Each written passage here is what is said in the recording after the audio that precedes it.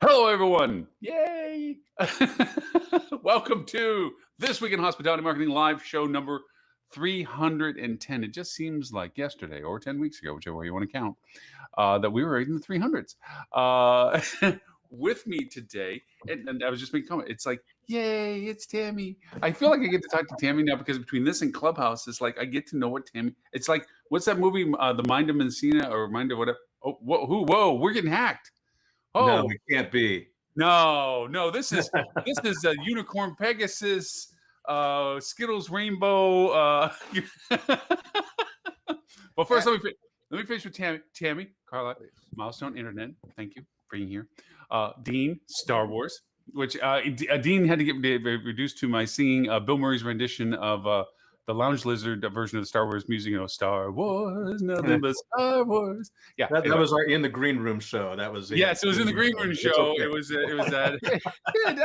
Also, like I said, Mr. Robert Cole, the elusive, I didn't even know existed. I mean, and might I say, the newsletter was sitting in my doorstep, fresh, crisp newspaper on my doorstep.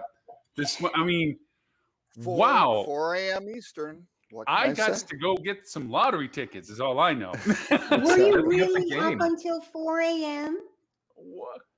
Pretty much. Well, it was only 3 a.m. here Central Time. So. Well, okay, yeah, still. And Mr. Del Gutman with the DelGutman.com. Not to say that it diminished in the conversation, but just, this is happy days. I mean, just, wow. Okay. Well, Mr. Roberts, since you did produce the newsletter of authority, the anchor pin to our discussions, wow, I'm trying to think of any more accolades, but I just can't come up with I thought you were going to have more structure for this, Lauren. Well, we are. I will be making an announcement. But not yet. Not yet. Not yet. Ease into it a little. Robert, this is structure for Lauren. Come on. Yes, this is. But Lauren also knows every time he says that, I want to know what other people, those are just things I threw out. I don't know. It's like picking your children, right? Which is your favorite? You can't do that. Robert, you're still harboring the guilt that your parents did not pick you. I know that. I just let it go. Well, that's obvious. Yes. I only have one child, so you guys have never met my sister. She's pretty impressive. Well, I can say that I have a long walk that I take each morning that happens to take 75 minutes, which happens to be the same amount of time it took to listen to Ezra Klein's podcast this morning. With Sam Altman, yeah. Did you find that interesting or frightening? Or I was doing really well throughout until the last 15 minutes. Yeah. Which really blew my mind. But I think we should talk about the other stuff first and talk about where my head exploded at the end.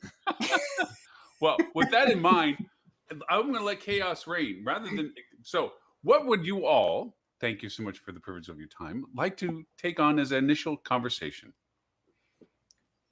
I think that discussion on AI that Adil was just talking about, I think I didn't have a chance to listen to the podcast myself, but I did read Robert's comments on it, and so that's on my list to do, but very interested in it. Sounds like it was very interesting. Well, and I think I had a rut row a few weeks ago. I may not have. I don't know. Sometimes I have problems remembering what I put in a newsletter and what didn't make the cut. But Sam Altman is out giving people cryptocurrency in exchange for scanning your retina, right? Which is going to be kind of interesting on an identity basis. But yeah, the AI is getting very, very good. The machines are able, GPT-3, which OpenAI created, which has now been licensed exclusively to Microsoft, which is an interesting turn because nobody, he mentioned in the podcast, nobody would fund it, right? Because it's kind of a nonprofit trying to do things. And it's getting pretty good. I mean, you can start writing blog posts and things like that without people. And Ezra Klein, who's the former founder of Vox, now a columnist with the New York Times, very, very intelligent interviewer, wound up kind of going through all these issues, and he pointed out in the thing the same thing that I had noted when I read this. Basically edict that Altman had put out last May, which actually wasn't created by AI. It was created by about 20 people at the end who reviewed it for was kind of ironic. But he basically said, yeah, as long as society controls AI, we'll be great. And I thought the kind of interesting thing was, have you met society? You think they're going to make the right decision? Really? What could go wrong? But yeah, he basically wrote an article that said, yeah, it changes everything. I mean, we're talking everything about income and wealth and work. And all of a sudden you go, why would you need a lawyer? Right? If you have, you might need judges at the very end. And there's even maybe a question of that, but you kind of go, wait a second, there's a bunch of law. There's a bunch of precedent, rules. Just have the AI go through it and go, this is the answer. None of this arguing and technicality stuff. This is it. and boom, they're gone, right? Sort of thing. And you kind of go through everything. Like, you want to be a real estate agent? Why would you need one of those? Sort of thing. You want a retail clerk? You want pretty much, the computers can do it faster, better. So what I've heard you say now is we can get rid of all the lawyers. Yeah. Okay. Exactly. Wow. That's a win. Good news show. Well, you certainly aren't. Let's bring it back to the hospitality industry. You certainly aren't going to need revenue managers. You probably won't need any sort of sales team. You probably won't need, Marketing. I don't know. Yeah, marketing, food prep. I don't know. You could probably, the AI might be able to figure out some systems to go do that. And yeah, it's basically massive disruption, right, of what people do. And you go, hey, wait, these computers can do it faster, cheaper, better. So why wouldn't you do that? You go, great, that's going to free up people's time to go do other things. And Altman says, well, every time there's been a big technological change, people start doing new jobs that we never thought of before. And you kind of go, that's great in the past, but if this AI is so good, why wouldn't it just figure out those jobs too? So what you're saying is that we're at a stage where we should welcome our robot overlords. Yes, and the point of how you're going to have a major upheaval with what is the value of work versus what is the what happens to capital. Do you tax AI? Right? I mean, who's creating value, who's creating work, who's making money on these things? And you start going, things have to change radically. So yeah, but he, basically saying his premise was Moore's law, which says the numbers of transistors in a computer double every 2 years, right? Which has been basically an observation that Gordon Moore made in 1965, which is held pretty much true. Mm-hmm. But then the second part of the AI discussion was on another technology, a couple articles that I tossed in, had to deal with quantum computing, which seemed to be throwing the whole Moore's law thing just into the dumpster. And to that end, not to turn this into a scientific show, but they've been able to create a nano item into quantum fluctuation, which is a huge item compared to nano-sized quantum mechanic influxes. That they've got something that has millions of atoms to it. It's still incredibly small for what they did, but for the size in comparison to quantum effect, they were able to neutralize it to zero state, and it'll actually create quantum flux to the material itself, which technically means the laws of physics can be bent to larger and larger items, which is now like, holy geez. Not only will the AI take over the universe, but we'll turn into little random things that time travel is entirely possible because it's not really anything linear, and we can go into that whole thing. But anyway, well, I'm not sure about the time travel thing. We can get into that situation, but but certainly the aspect of MIT and Harvard figured out a nice little way to, instead of having one little stream of atoms, to have two of them piled on top of each other, nicely organized. So that gave them 256 qubits, and that gives you an equivalent to the number of quantum states. Well, the number of quantum states that the 256 qubits creates is equal to the number of atoms in the solar system. And that's quite a few. So I don't have an exact count. Lauren may be able to calculate that out. Not even, but I'm taking a piece of paper and doing it now. Yeah, what do you do with lots of, well, that's like saying, hey, I've got an 8 kilobyte SIM card in my phone versus a 1 terabyte SIM card in my phone. You can do, all of a sudden you have like real time memory, all these states, because basically the states are kind of like, a pure qubit, a pure single qubit. It used to be just a bit, right? Or a quantum bit is a qubit. Used to be a 1 or a 0, right? And that's fine. Well, with quantum, it can be both. And you kind of go, wait, how can it be both? It's like, well, study up on quantum. It's Schrodinger's cat.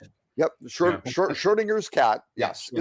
You don't know if the cat is alive or dead in the box because it's been exposed to radioactivity. It's a very cruel experiment until you actually observe it. So the argument being it can be both alive and dead because you don't know.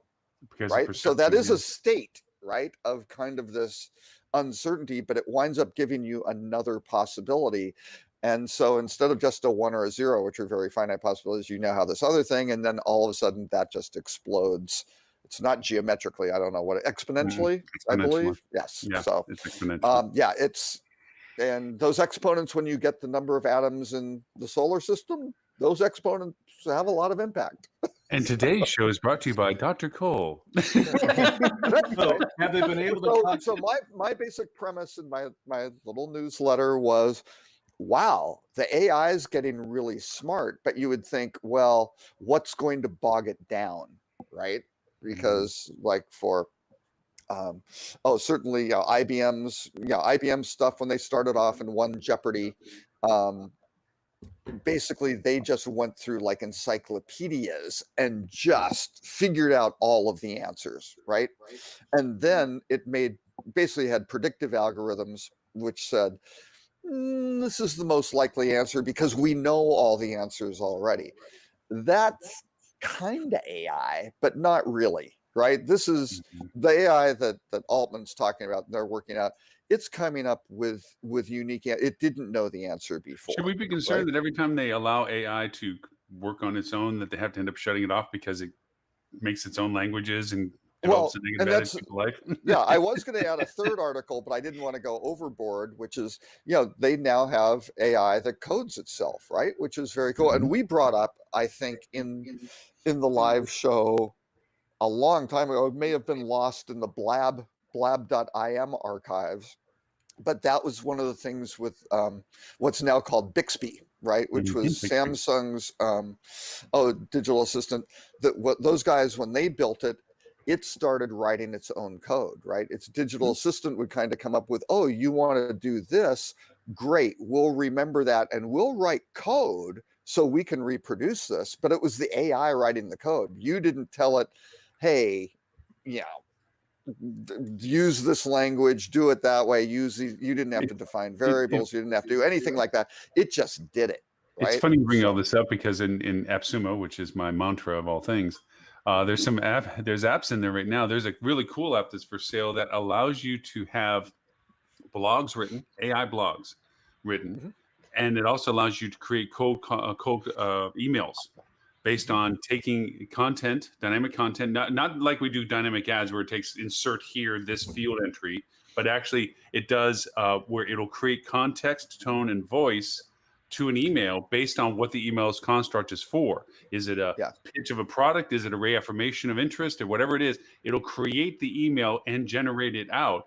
And then it also adds to another AI that's connected through APIs that allows it to actually turn into an audio. So you can actually have a natural speaking voice create the and read the text that was created by AI. And I say that loosely because it's not really, but it's logarithmic learning. But the idea of it is it's all done on its own. So here now the person is just simply pointing an arrow and saying, go do this. And it'll create what it needs to do for the circumstances you need to use it versus email versus audio versus whatever, which kind of lends it to our discussion about how do we scale the fact that pretty much everyone's feeling a third of our industry isn't going to come back to the industry for work. So how do we fill those gap points? Because I've had conversations with several clients now where they're pulling front desk shifts, corporate people are, and they're pulling GMs, they're running hotels because they don't have somebody sitting in the chair right now, kind of thing, and they can't do their job both, and there's no imminent end in sight. I mean, there's not people in line to take these roles. They're not going through an interview process, and this is just a temporary, a few days this week, or maybe a couple of weeks while we get them in transition. This is what you have to do because there's nobody else to do it. And that's turning into a ever-present problem for a lot of companies, is that for them to operate at any level of sustainability is that they're multitasking. And so I think we're going to we're going to see another technology acceleration of how fast can I create efficiencies like this so that one less person is needed to do it. Well, how many days a week does the average general? Because again, I think the industry's been very focused on line staff, right? Housekeeping and that sort of thing. That's certainly been an issue, and I've been on the record for a long time saying, yeah, Amazon hired 500,000 people during the pandemic or something like that. And where did they come from? Obviously, hospitality, restaurants, and things like that. But why aren't the line workers flooding back to hospitality and restaurants? It's like, well, gee, they're getting paid $16 or $17 an hour. They have a regular schedule, right? They have 401ks. They've got really good health benefits. They can buy little chunks of Amazon stock, on a payroll deduction sort of thing. I probably take them a whole year to get one share, but yeah, and Amazon's matching on 401k, all those sorts of things. And you kind of go, yeah, as opposed to going, yeah, we don't need you today, occupancy's low, and you just don't have to come into your shift, right? Which is very standard process for non-unionized hotels, right? Which was always the gripe of the hoteliers. Oh, the unions are killing us because they're making us have regular schedules for the staff, and we have to keep hiring people and tell them, plan in advance. So, but I would ask, how many days a week does the average restaurant manager or a general manager work? Right? Come in the middle of the night, do this. You're always on call, manager on duty. No limit. No limit. No limit. And by the way, you're going to another country for a couple of months and whatever. I mean, the weekends, the people, sales managers with children telling me that they have to entertain clients like 3 times a week. I mean, not now during COVID, obviously, but that was what was expected. I remember as a young sales manager feeling ashamed to leave the office before 7 p.m. Right. This just was not heard of. And they'll just said, you have to pay your dues. And then I was in my 50s wondering, haven't I paid my dues by now? Why am I working more hours than everybody else? I thought this Wait a second. Something has confused me here. In your 50s. Now, wait, Lauren, I think Adele's been experimenting with that time travel thing that you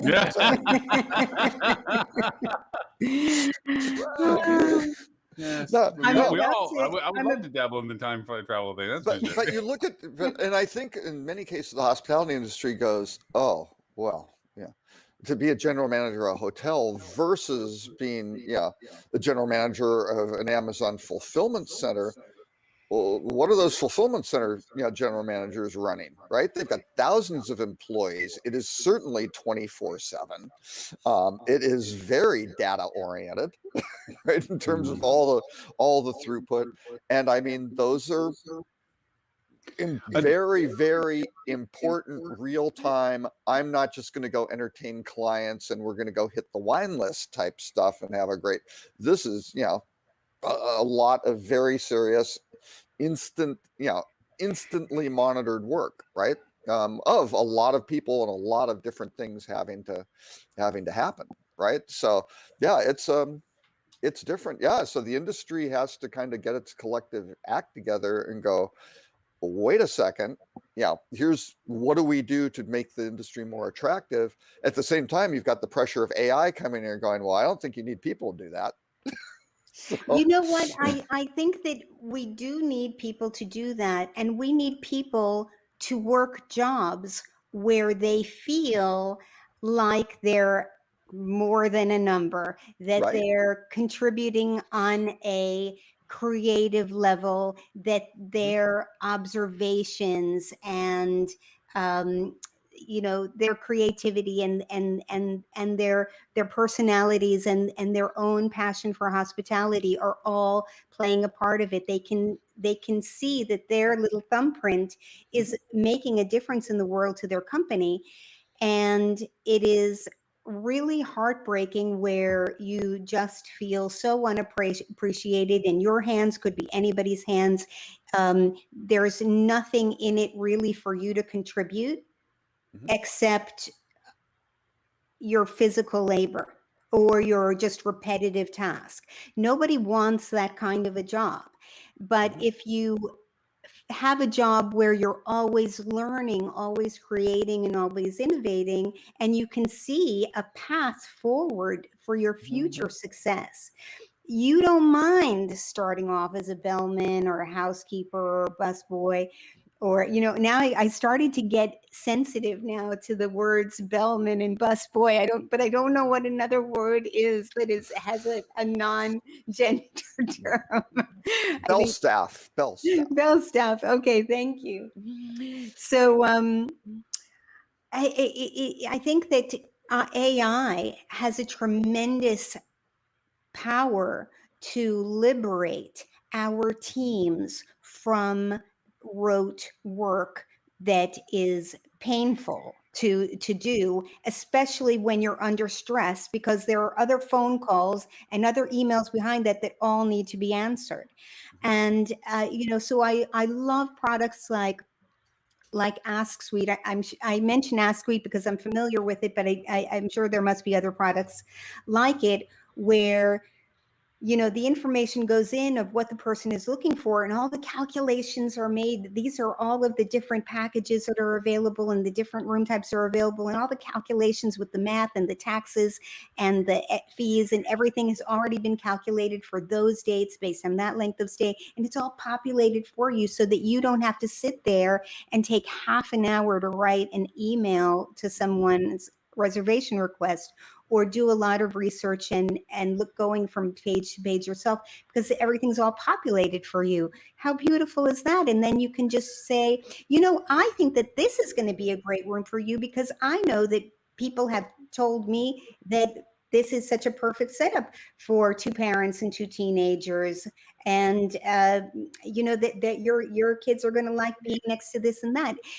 All of that lets you bring your personality and your emotions and the things you know and learned along the way. And that's and you can actually serve that human being on the other end, as opposed to the drudgery of putting, business information together, for example.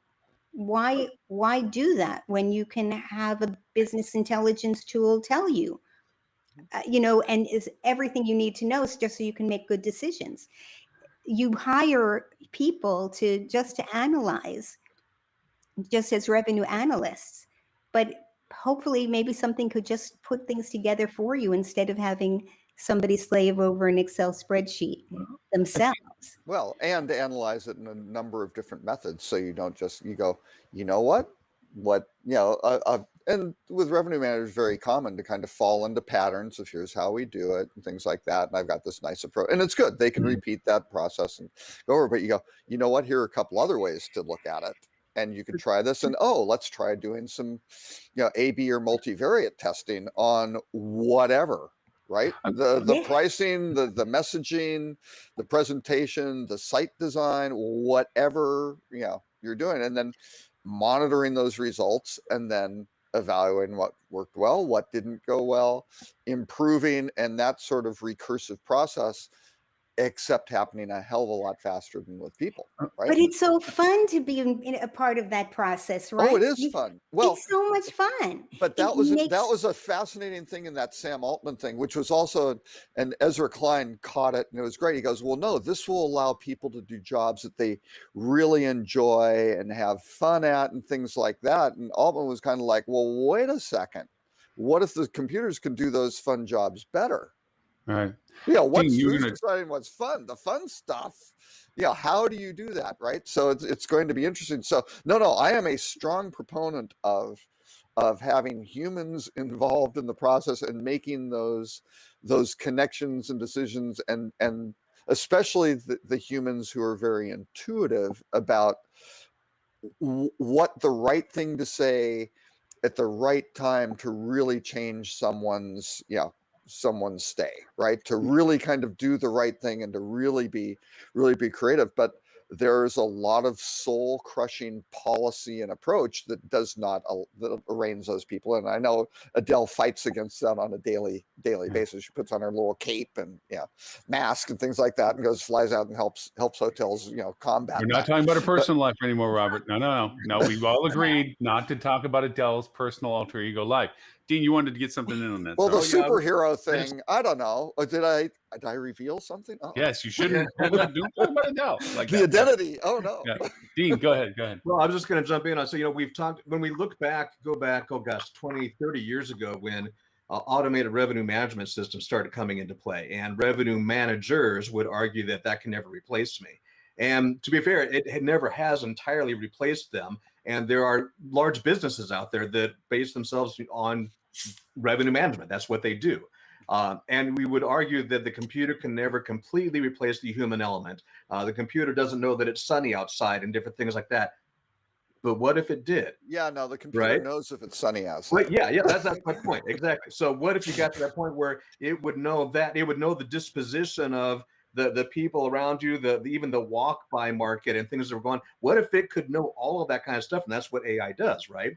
But the part that it can't replace is what Adele was talking about, and that is that interaction between you and me. Robots aren't that good yet.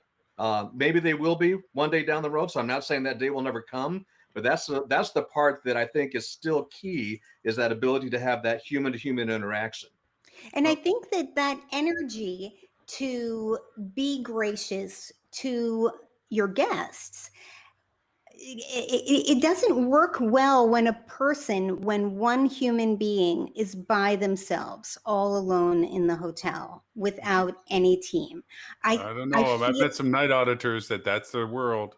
Been there, done that. But do they really blossom to their full potential of hospitality by themselves?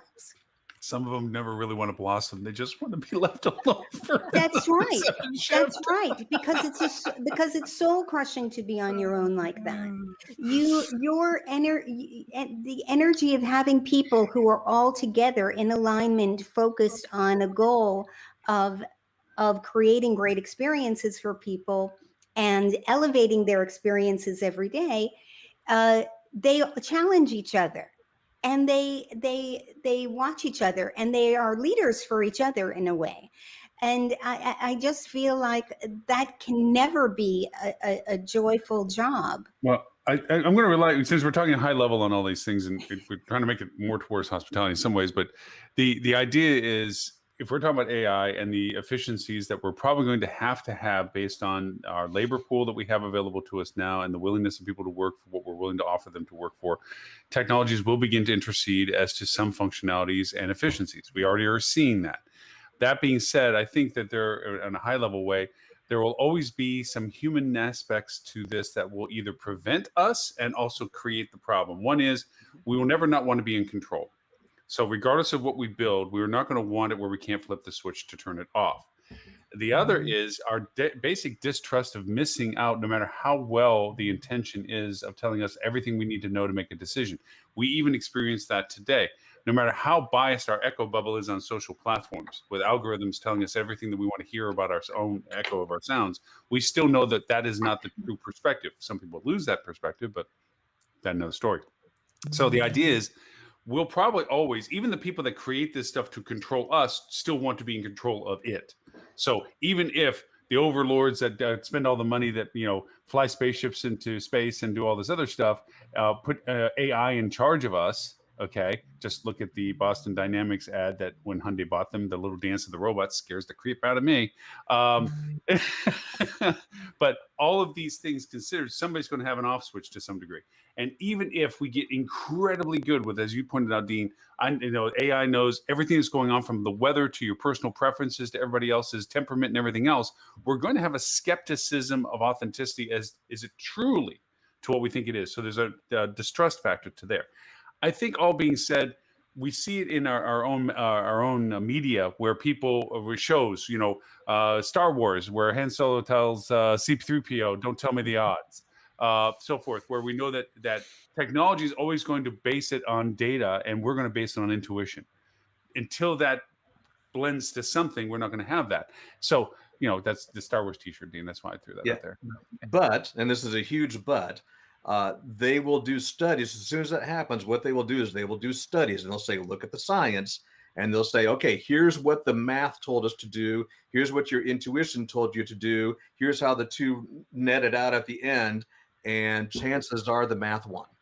But look at what happened in politics right now. We got a little orange blob with blonde hair that basically underpinned our entire health system. Okay, I mean, I'm sorry, but no matter how much logic dictates, there's dumb people out there going, "Hey, I'll believe that dude over there," whatever. It's just, it is unfortunate, the human nature of skepticism. It's a benefit and it's a curse. But that was also greatly assisted by AI, right?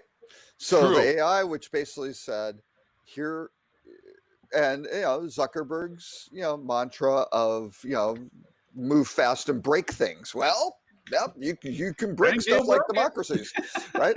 So, but yeah, you get that, and you go, here are the kinds of stories which will increase engagement on the platform, right? I mean, that's the fundamental task that was at hand. What do you do to keep people going? It's like, give them stuff that's going to raise their pulse and get a charge out of them, and all of a sudden that winds up being maybe things they want to hear or things they don't want to hear that upset, and just test, figure out what keeps that engagement going, because that engagement with the platform, when it's ad based, is everything, right? It's like, keep them watching network television, keep them watching YouTube video, keep them doing whatever on the radio, listening to podcasts, right? Everything like that is all geared toward engagement if it's advertising based, right? So yeah, and the AI got very good at it, and there are other outcomes that you would like, but if those outcomes, if there aren't benefits and rewards associated with that, right?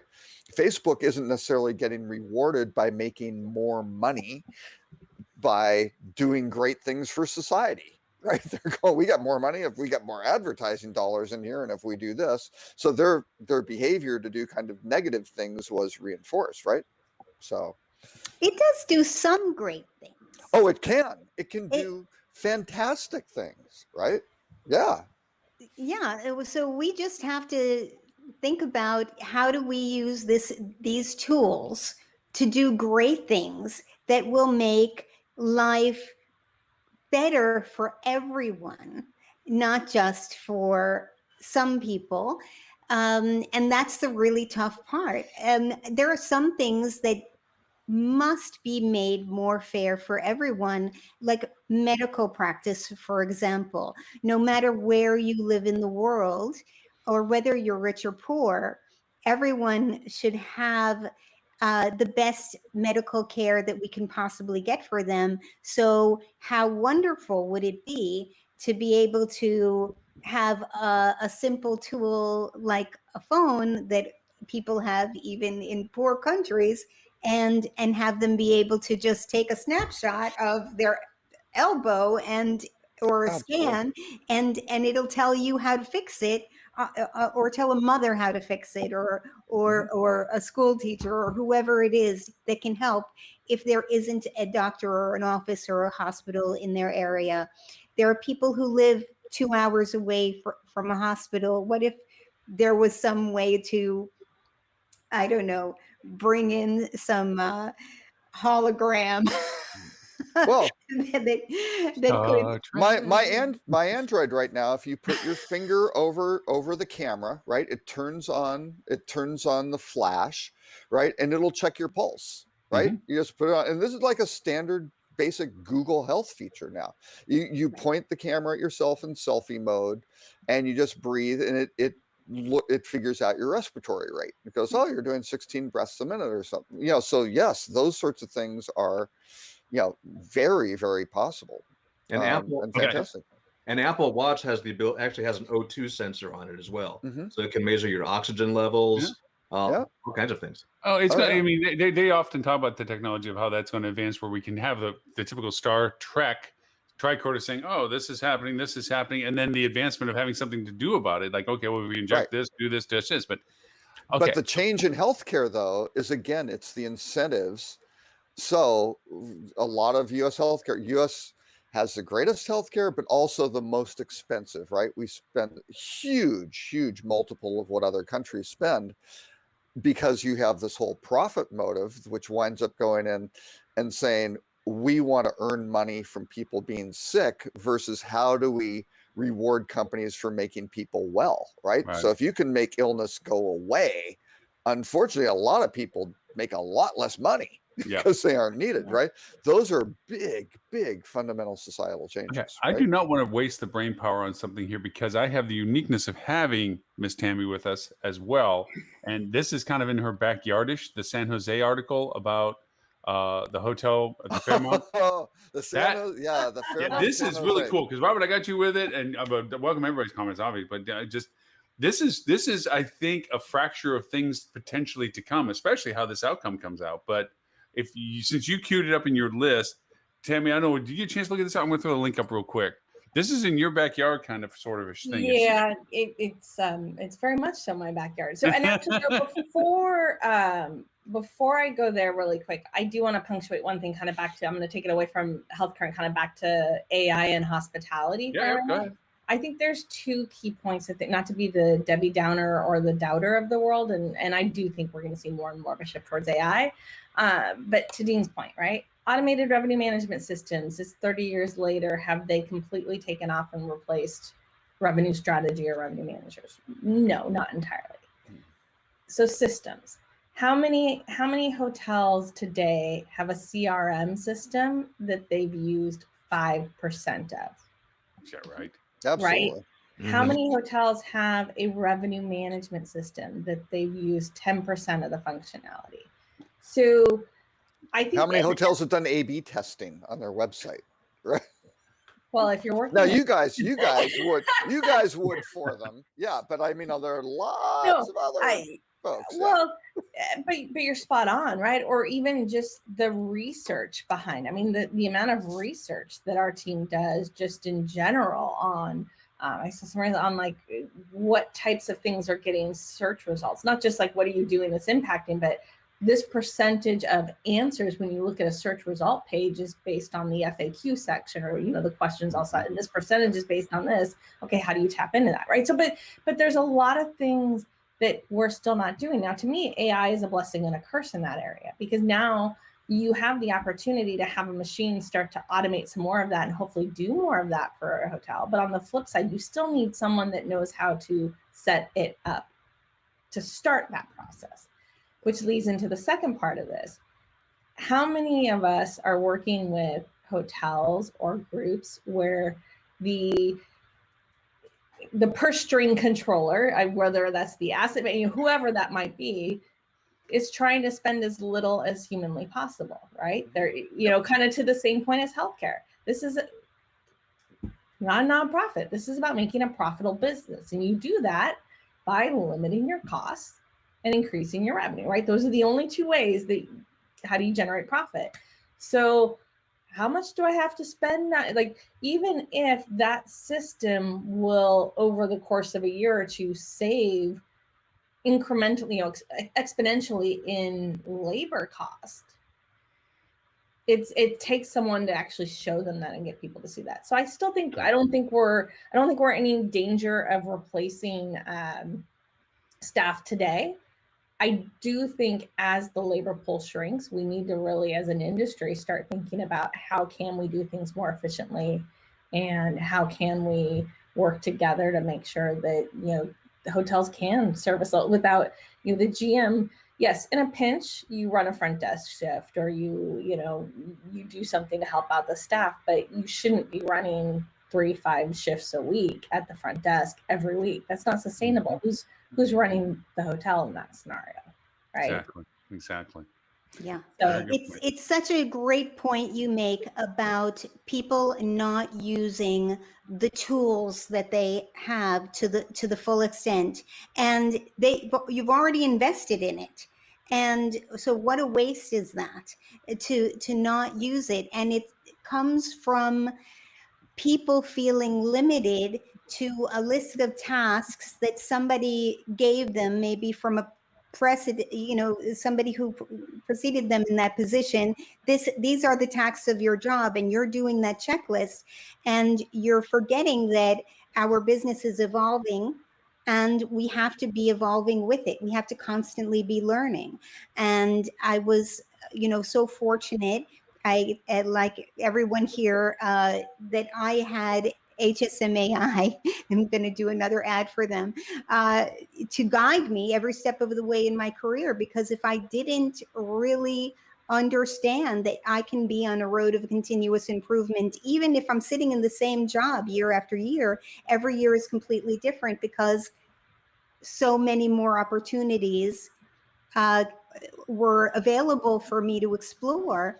And believe me, I worked for independent hotels, so I didn't have unlimited resources.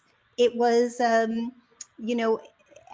was always DIYing it with whatever I had, or I had to beg, and make a real case, not beg, but really show why something needed to change and why we needed a new tool. And every company told me at some point or another, oh, you guys are power users. Like, really? Why would anybody buy this product and not take advantage when the company that produced that product is happy to teach you how to use it? Well, Because when you it need turns the it- TPS report produced every day. Right? Now, do people remember the TPS report? Did everybody see Office Space? I do. Mhm. 20 some years ago. Yeah. And that's it. It's just like, that's fantastic. You want to be creative. You got this idea. Where's the TPS report? Sort of thing, Well, right? having worked with software providers for a long time, the number one threat of any software as a service out there is not the competition, it's user apathy. So Yes. you've got this software that can do all this amazing stuff, and just like what Tammy was saying, and you actually used 5% of it. We're not taking advantage of stuff that is already on our plates and in front of us. One of the first protocols that we have with anything, and when we go in to help with client and try to get perspective of their issues and try to get down to the core of what the problem is that they think it is versus the reality of what it is, as we all know. And one of the first questions we ask is, is your software up to date? Simple question. Well, what do you mean? Well, do you have the latest version of it? Yeah, I'm sure we do. Oftentimes not. Second, when was the last time you were fully trained on it? What? Oh, we got trained on it. Yeah, when? Okay, when you When it bought was it. When was that installed. exactly? Yeah. 2003. Yeah, and is that person still around? No. Oh, really? So they train somebody, and do you go to our training schedule? Do you have, do you go to the resources that are showing you what the new things are or the old things, or do you? No. We know what we're using for stuff. Really? Okay, good. Did you know it did this? Because that says usually one of your problems. No, it doesn't. Yeah, it does. A lot of times they're thinking they need to buy a new car when really the old car is just fine. You just got to wax and wash that dang thing. Anywho, go ahead. If you have an idea of something that you want to accomplish and you don't know how the tool that you use can get you there, and if you talk to them, unfortunately, sometimes they don't even know a way of doing what you want. But if you talk to your fellow hoteliers who have the same system, hey, I'm having this problem. I really want to do this, and I can't figure out how to make it happen. You'd be surprised how together in collaboration, you can find a way of, making it work somehow. Mhm. I got to ask Dean a real quick question. Dean, how is it that everybody else is having a hard time finding housekeeping staff, but you have housekeeping staff? I'm seeing them in the back. You have great housekeeping staff. What's up with that? What's your secret to finding housekeeping staff? Because You got to marry the staff. that's what it is. Yeah. Okay, that's raising a lot of issues, Dean. You should not be sleeping with your staff. Okay? Oh, Dean, HR is going to come down on you like a ton of bricks. Somebody brought up something really important, talking about hospitality, housekeeping, and the direction that we're going in with the optional housekeeping service, either having no housekeeping except in between visits, or having a light touch, or being able to request full service. But what about that whole MGM situation with the shooting? What about human trafficking? Those are real problems, and they happen in hotels. I think probably the human trafficking is probably much more prevalent than we realize. And you need human beings to be able to observe what's happening in your building. Well, fortunately, human nature is stepping in on this, I think, and that is where the Hilton announced the fact that below a certain brand level, they were going to offer this alternative housekeeping, so forth.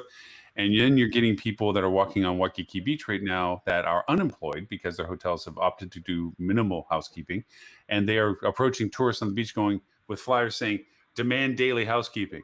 I want my job back." Okay, because Wow.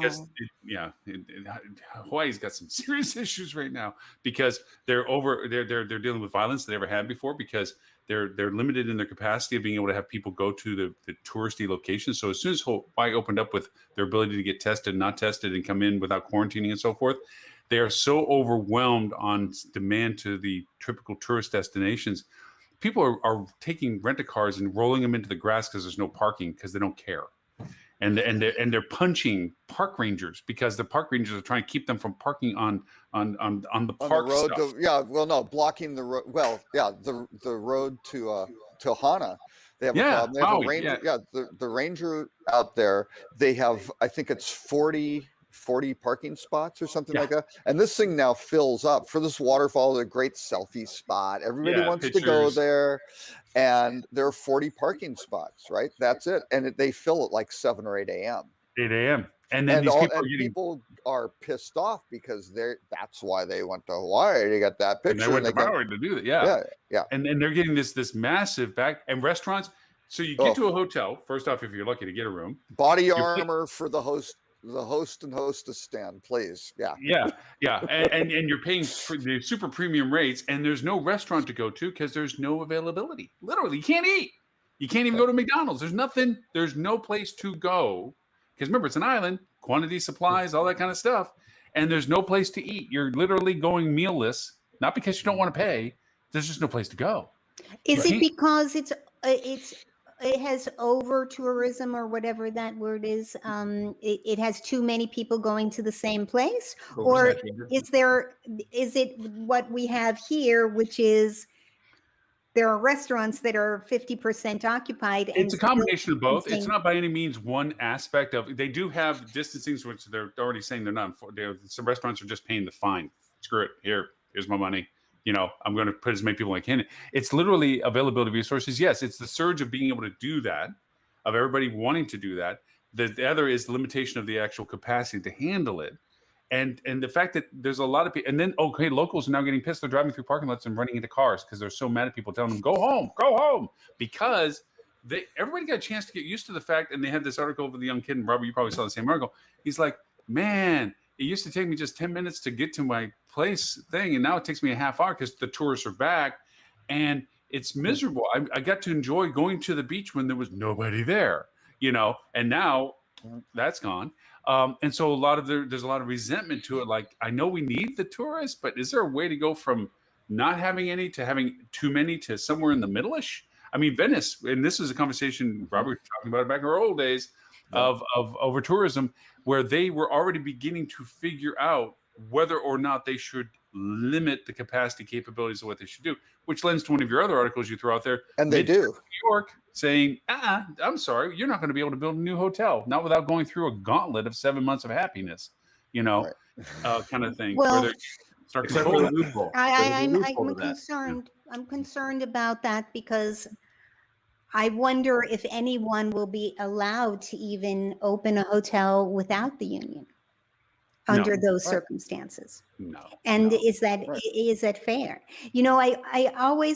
I always think if people feel that the only way to get fair treatment for employees is to be in a union, why would that be? Shouldn't the law protect all people, whether they pay a membership fee or not?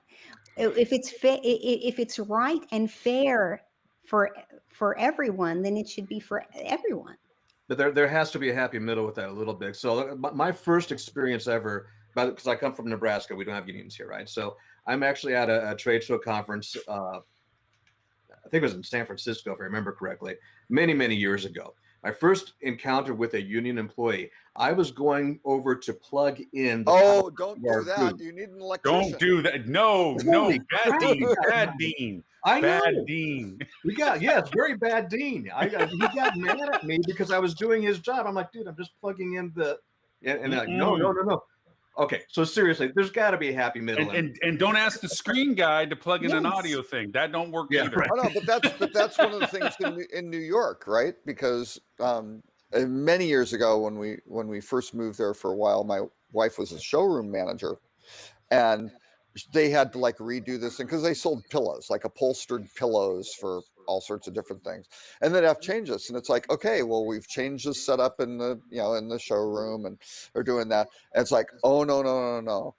You need the electrician who's going to go put this thing in, but you need a steam fitter because it's got to be in conduit and you're going to need the carpenter to drill the hole in the thing to put. It's like, no, we can just put You're gonna have 4 guys standing around. right. No, and you literally needed 4 people to go do this. It's like, no, literally we're just plugging the lamp into the wall and put it. No, you can't do that. Right. And it's like, oh, wow. Okay. Yeah. And so there are efficiencies, inefficiency. And again, you don't want somebody to go hook up something, with a bunch of electricity that's going to go burn down the building, right? So there's some really good reasons why you would want to do it properly. But There's the Tesla coil I was plugging in. That was the problem. Okay. exactly. When I was a 25-year-old director of sales at the Ambassador Plaza Hotel in Old City Park in Dallas, Oh, I wow. could make a sales call, check you in, serve you a drink at the bar, set up your conference room, send you the bill afterwards, whatever it is. And it was good. It's good to have that kind of opportunity, right? There's an edge to each of those swords. There's a reasons for all that. Logic, this goes back to our earlier conversation. Logic doesn't necessarily over supersede common sense. Okay, there's a logic to something. As you said, I don't want to burn the hotel down by having somebody that doesn't know what they're doing connect 2 electric wires together.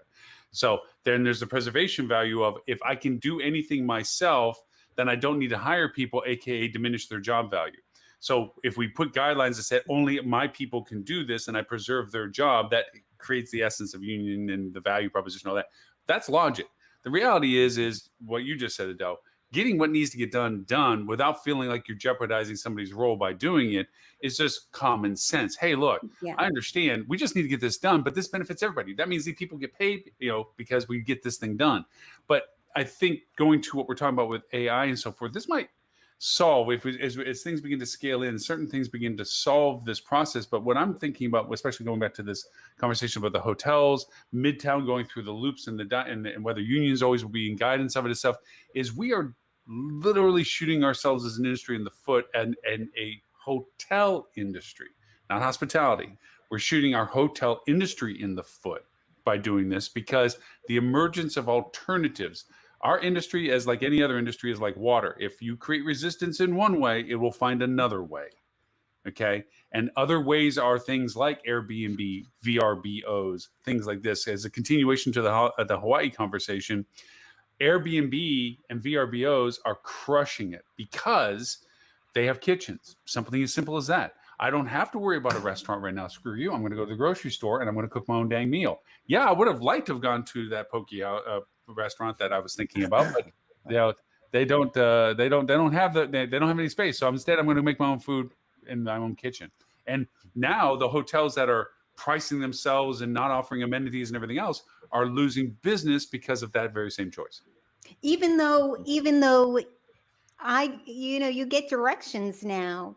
You must put all the dirty linen into the washing machine and press go for the towels, and they'll finish up later, and you have to load the dishwasher, and if you don't load the dishwasher, you're going to get a fee.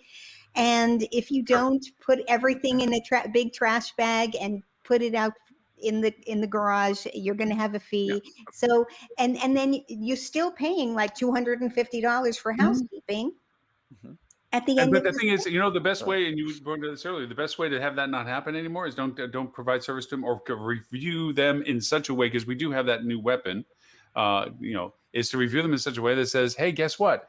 These are making me pay off for everything that I'm doing, and I don't want to do that. So if you really don't care about these things or paying for all this extra stuff that you didn't know about, go here. But if not, don't, because there's other places that aren't going to do this to you. There's that aspect to it. But what I'm really worried about, and I watched this happen with a previous client I used to have, they were very proud of their service scores. They were very diligent about creating a culture that they were the best place to stay in the location they were in. They got bashed by somebody that probably exacerbated their story. As we always say, when it goes bad, it goes really bad, and you really want to make it as bad sounding as possible. That was bad enough. And usually anybody would have been responsive and saying, hey, we're so sorry that please contact us, let's do this. Nope, they went right back at him. Well, if you weren't such a, and they just went right back at him Double again. down. Yeah, because you know what it is? You're all in now. they're burnt and toasted. I know their team, their GM, 120-hour week stuff. You'd ask about how long GMs are running, and he's pulling front desk and housekeeping and this and this and this. And he just is like, you know what? You were rude from day one. You had this attitude like you were supposed to get the deluxe suite and you didn't get it. You're complaining about trash that we didn't pick up when we picked it up 5 minutes after you asked. He just went right back, point for point for point. And I'm sitting there going, okay, you may feel totally valid in pointing out how skewed their perspective was, but this mom and dad fighting in front of the kids thing, not good. Yeah. I mean, I actually have a little love note going, dude, really not the best way to go back at this. As right as you might be, you're wrong in the end, because all people saw was you didn't care what her issues were. You cared that you had to be right, and that don't get nowhere. So anyway, if anybody out there has a problem and they want to bounce an idea for a response or a review response off of someone who may calm them down and maybe help to straighten them out, you can just reach out to me. I will try to help you for free. Avoid the word but. That's a bad word. Hey, okay, so I do not want to lose this because it isn't. Well, actually, the best. Somebody I was speaking to recently had the best suggestion. They said you need to treat interactions with guests like improv, and what they train you in improv is somebody says something and you go yes and right, and you add to it. So that's the approach that you've got to kind of creatively change things as opposed to no, but. So, okay, going back to San Jose and the impact of San Jose. I want to get this because this is changing the topic. Yeah, I know. I'm on doing it. that I know. topic. It's like I want to because this to me is really, this could go pretty strange depending upon how it comes out. It has The been whole going idea. strange for about a year, and I don't know how long already. Yeah.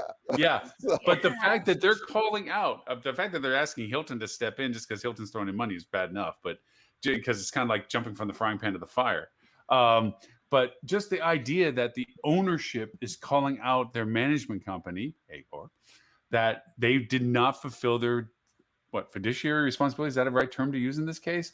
That they didn't fulfill their requirements of doing a proper. They breach their management contract in the view of the owner, and this happens. This happens all the time. This is the best one. The best example. Oh, this was years ago. This was in the early mid 90s. The developer of the Four Seasons Carlsbad near La Costa in California had a falling out with Four Seasons, and there was a shell of a hotel. I mean, we're talking concrete with room modules half built, right, on a very prominent hill overlooking the highway. That thing sat there for I don't know how long, 10 years while they fought it out, because basically the owner wanted Four Seasons out, and they're like, we got a contract and we didn't do this, and you said no, and there wasn't a let's work. It's like mom and dad fighting in front of the kids and getting the divorce, right? And just like let's make all this stuff. It was horrible. And it happens periodically, right?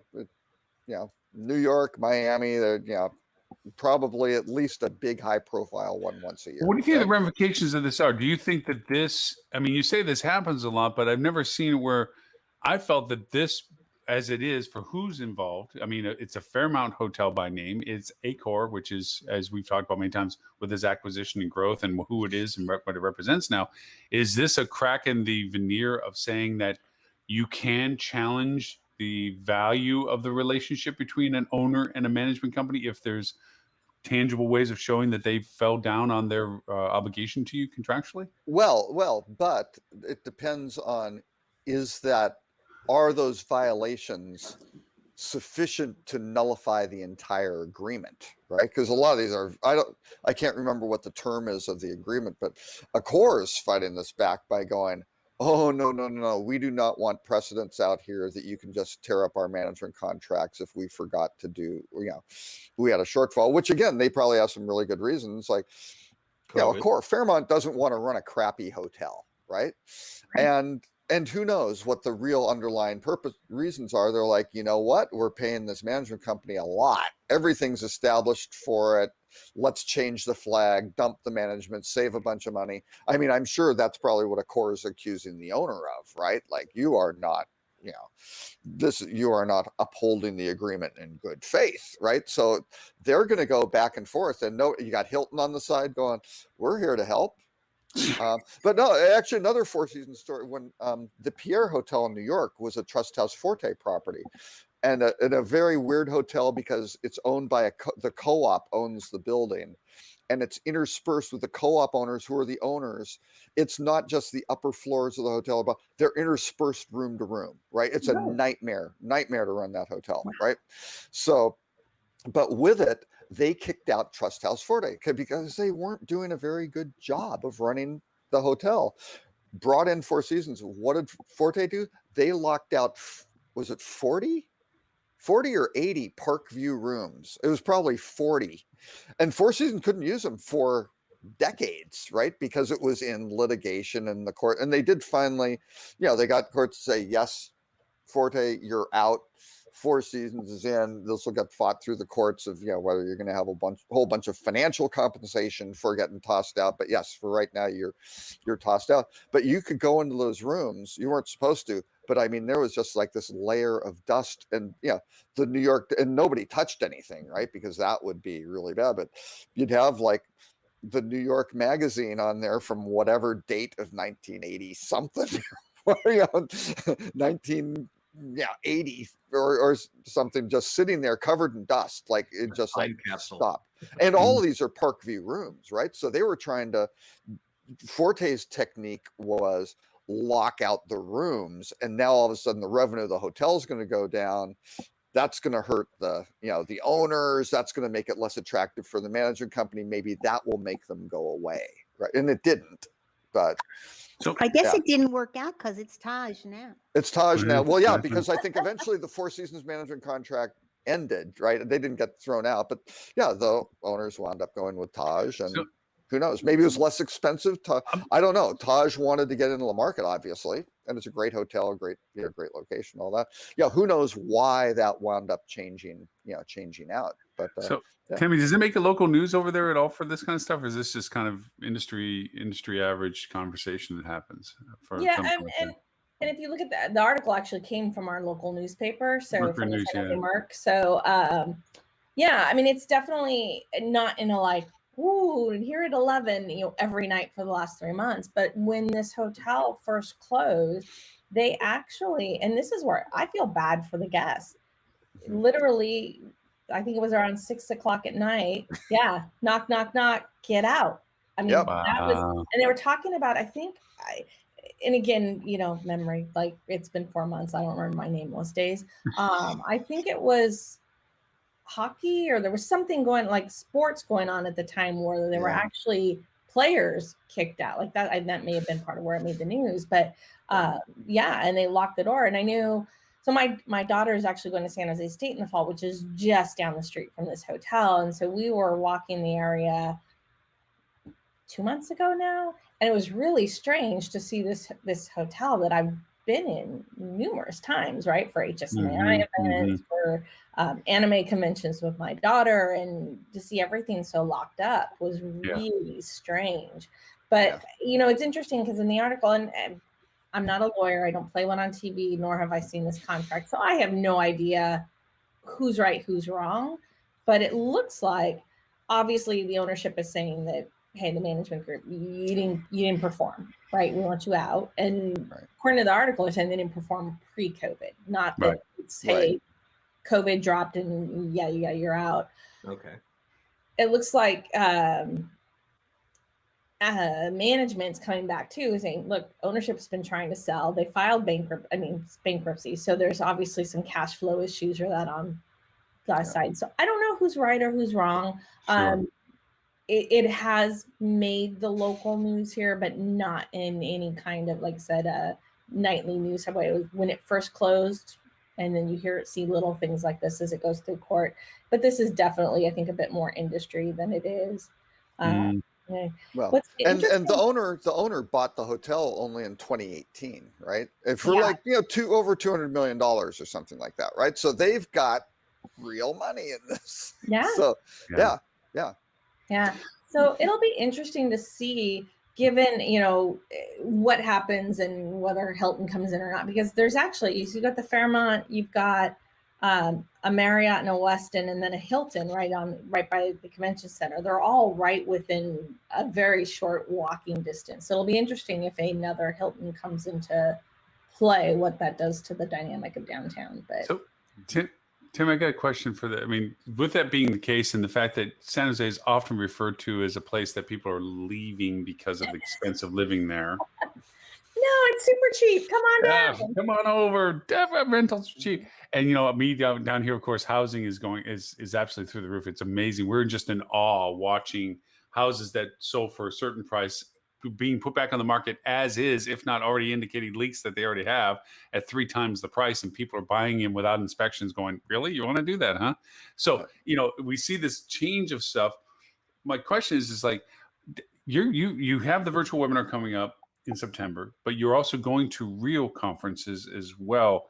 Have you gone to anything yet, or you see any flux where people are trying to balance between the two or combine the two, or how do you see it?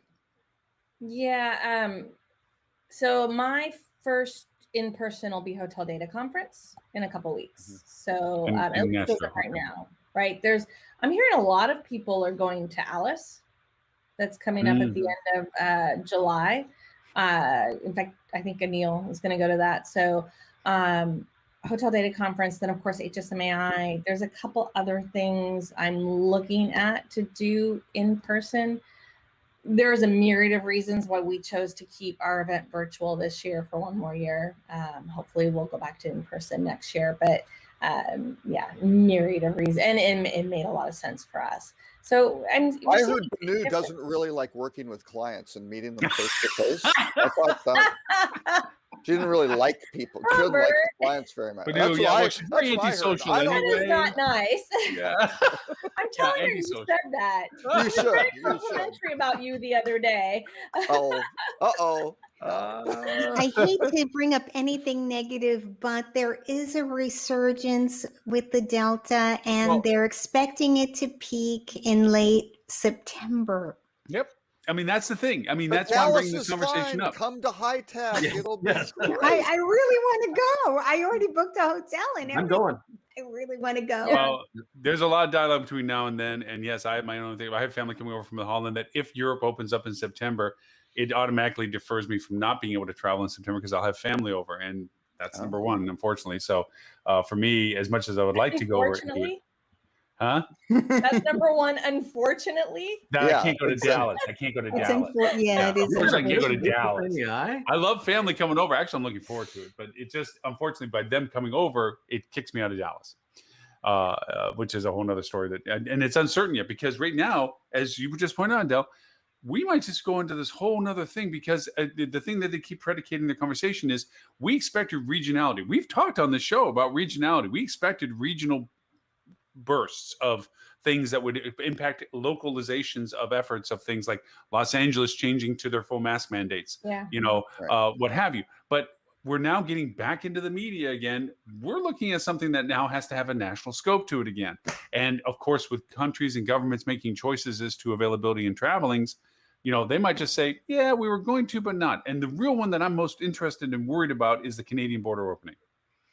If this negatively impacts that really changes the scope of what I thought the rest of this year was going to look like for us. Yeah. Because I do know that that the Canadian market would travel again, given the conditions of opportunity. If we can close that opportunity or restrict it, or Canada just decides they're not going to allow it until further dates and just allow their in-country travel only, that changes a lot for a lot of people in a lot of ways. Absolutely. From a business perspective. Well, I would say wandering around Dallas, I was at North Park Mall the other day, I would say 5 to 10% of the people are masked, maybe. Yeah. Well, Dallas. I mean, I was in a Panera. There was one person, and it was busy. Like at lunchtime, one person had a mask on. And what's the percentage of vaccinated in Texas? I don't know if it's 50%. It's not. It's in the 40s from what last time I remember. Yeah. And Dallas is very, very much not the normal for the state. The state. Go outside of Dallas and you flip countries. Yeah. but I am get to that point too. I'm now back to the world where people look at me funny when I wear a mask when I go inside. Well, because they're like, "What are you wearing a mask?" That kind of look, and I'm like, "I'm sorry, I know I'm vaccinated. Maybe you're vaccinated. I couldn't tell you, but I'm just being safe and wearing a mask on the inside because because of the stupidity of people, and I'm sorry, I'm biased on that, are not getting vaccinated, and because of that, this is coming back to be an issue that I hope doesn't eventually work in 42.6. Virginia says for Texas. So we're going to get to the fact, and I'm hoping it doesn't happen, as we all are fearful of, that the variants create an issue for vaccinated people. Right. Well, but the big problem isn't even necessarily the Delta variant, right? It's the Lambda variant, which is now coming.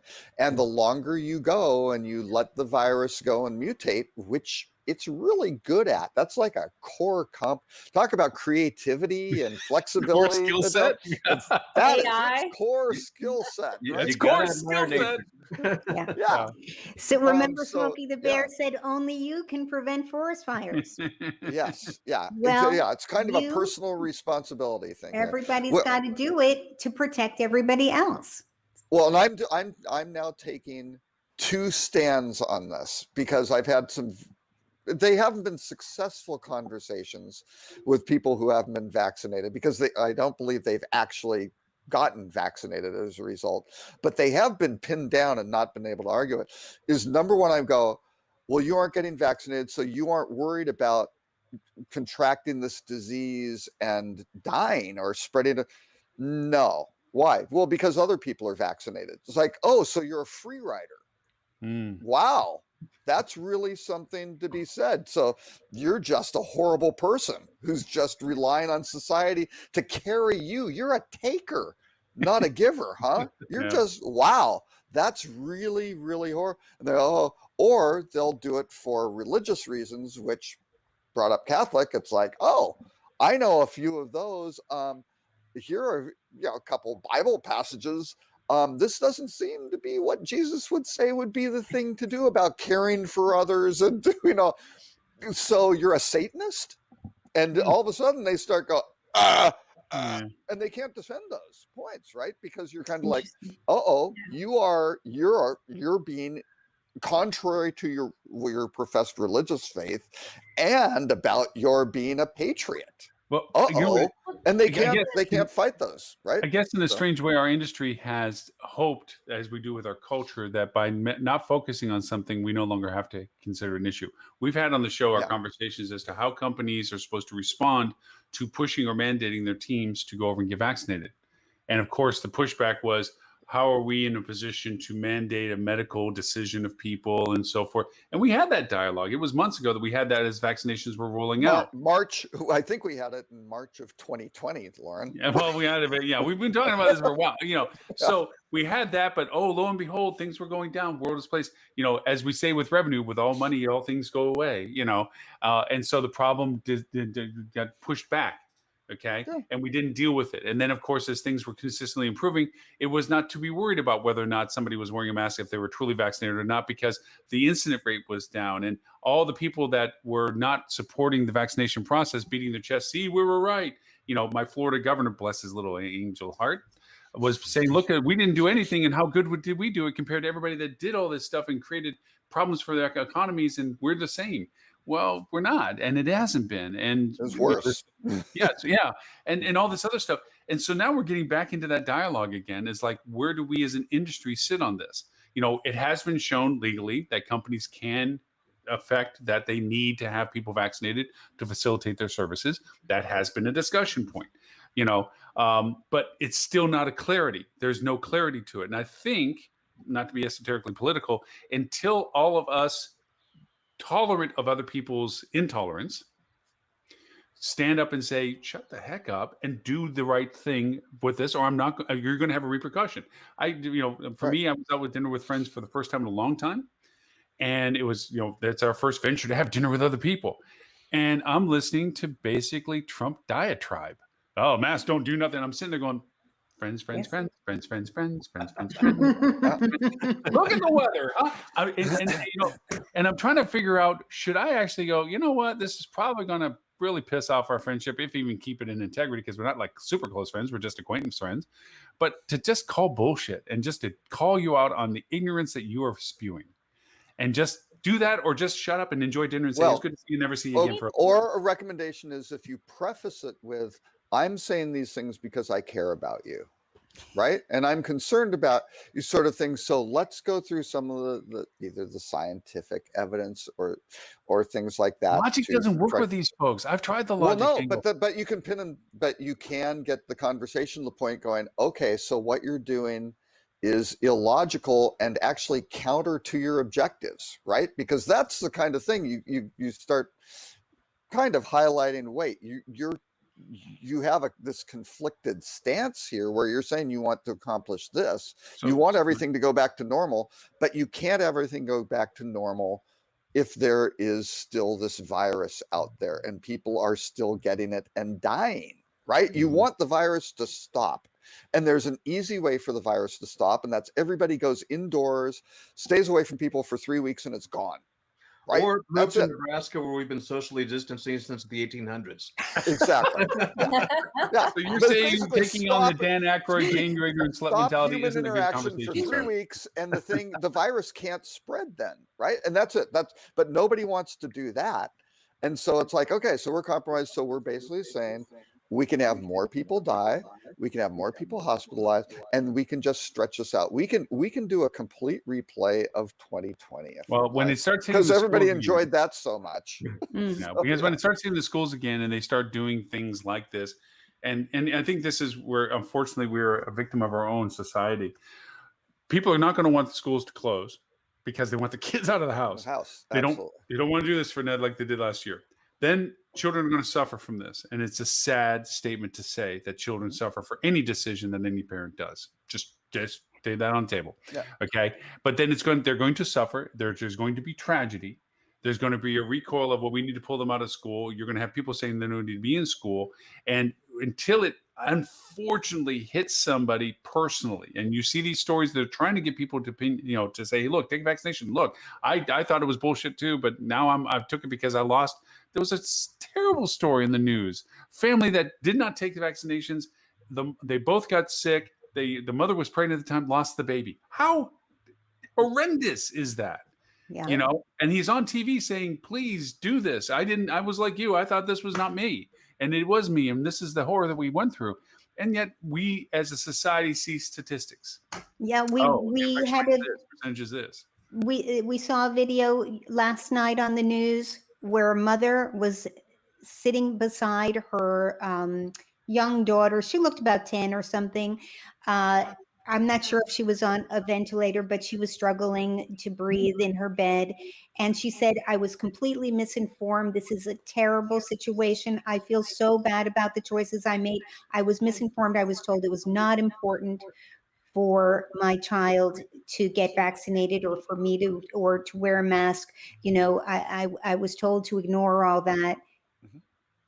I regret my decision and look at my daughter suffering, and I don't know whether I'll ever be able to take her home.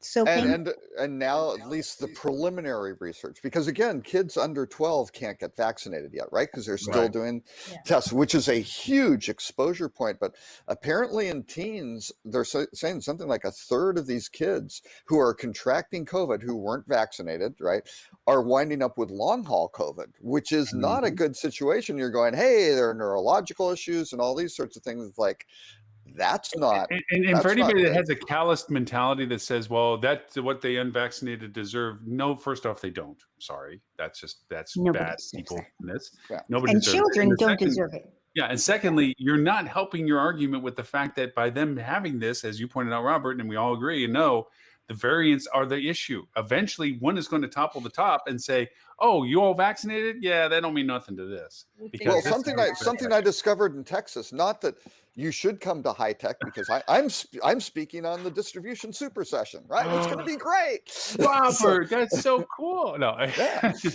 And at the HFTP convention too, which comes in free with your high tech registration, right? So, but they have. I didn't realize this in schools. You can get exemptions from vaccinations, right? And it's something like 2% of the population. Apparently, there's a private school near Austin where a lot of anti-vaxxers, 24% of the kids, and assuming their families, are unvaccinated. And you're like, what the heck if they get chicken pox or measles or something like that? And I mean, COVID is bad, but like measles is, I don't know how many, it's like 100 times or 60 times more transmissible, right? You get measles out into an unvaccinated population and it is rough, right? Everybody gets it.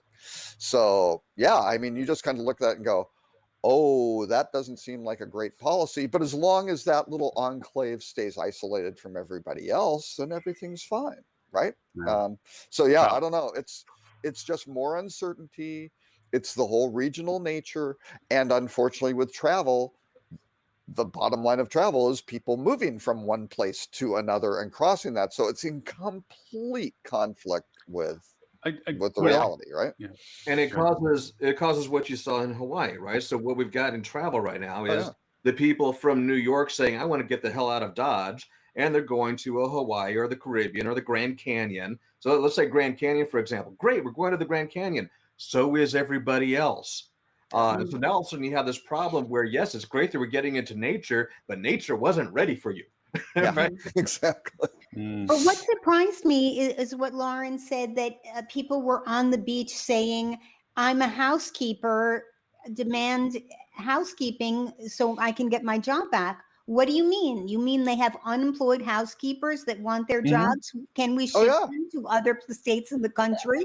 Because we're looking for housekeepers that want a job.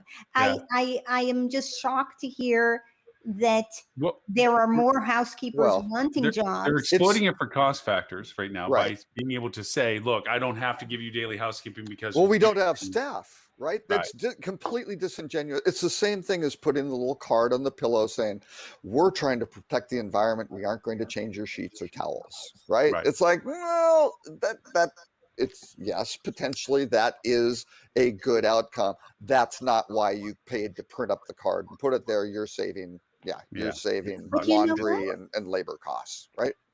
But if there's a practice that is taking time and money that not everybody really appreciates, I don't, maybe my husband does, but I am happy to have that do not disturb sign on the door for a full week.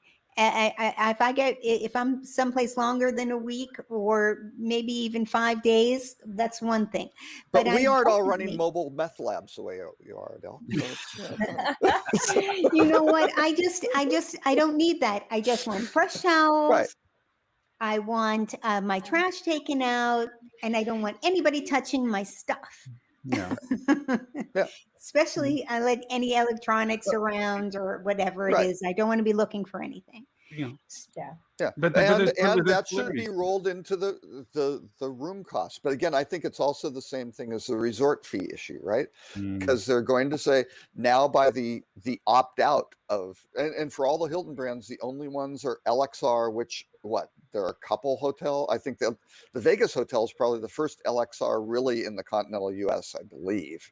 Waldorf Astoria and maybe Conrad. I'm not sure, but everything else. I mean, that's what percent of the Hilton room total? 5% maybe? I Yeah, don't know. if It's pretty small, right? Yeah. So let's say 90% of the Hilton rooms are going to be no housekeeping, right? It is you are opted out. So that's now part of, that's now their pricing, right? That's for, and eventually, mark my words, it's going to be, if you want housekeeping, yes, now you can do it on demand and on request and see when you get it. But there's going to be, it's going to be, you know, an a la carte service. And if we follow, oh, you want it, it's going to be $20 every time we go, or if you follow $50, whatever, right? If we follow how we do these things, we see the airline industry as a pattern for how we respond in some ways too.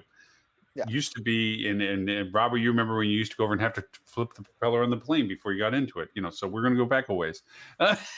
But the idea was, well, you had to push the plane to get it started on that little you had to put that the was a propeller before pain. you It got was in, sandy, and it was you hard put to the get goggles on, and so back in those days, when you got on the plane, it was an experience. You had dinner, you had service. It was an event to travel on a plane, and airlines have slowly, progressively diminished what that is to where we were even joking about the fact you have to drop a quarter in to go to the head. You know, oh no, because, that was discussed too, yeah, well, yeah. So you know, seriously. we've done that route, and hotels have in some ways followed suit with that, as this degradation of things. Now, one of your articles you pointed out, and I'll throw up the link in just a second, about breakfasts. People want breakfasts back, and you're right, because from a convenience service profile, that's the one meal period that is, I don't need to get out of the hotel to get, I just need the function of its service to do. Right. And yes, as we've talked about on technology replacement and so forth, buffets have been on a death knell for a long time. It's something that people get, but they're never happy about what they get. They need breakfast, but they don't like how they get breakfast. So now there's a chance for our industry to refine how we can provide breakfast service. Marriott's gone the way of vending machines, or at least in concept, not in functionality yet, but they're pushing into the vendor side, like, oh, your Bonvoy, just flash your card and the magic machine works and you can get food that's prepackaged and so forth. We're going to eventually get pushed back on green and footprints and carbon footprints and paper products and trash. But right now it solves the I get food question. You know, Maslow's hierarchy. It's step one, eat. Okay. Now, I think there'll be other creative ways.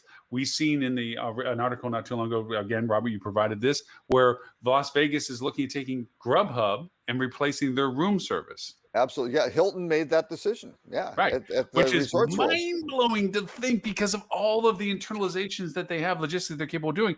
But they took brilliantly the most expensive, non-productive cost factor function and said, you do it.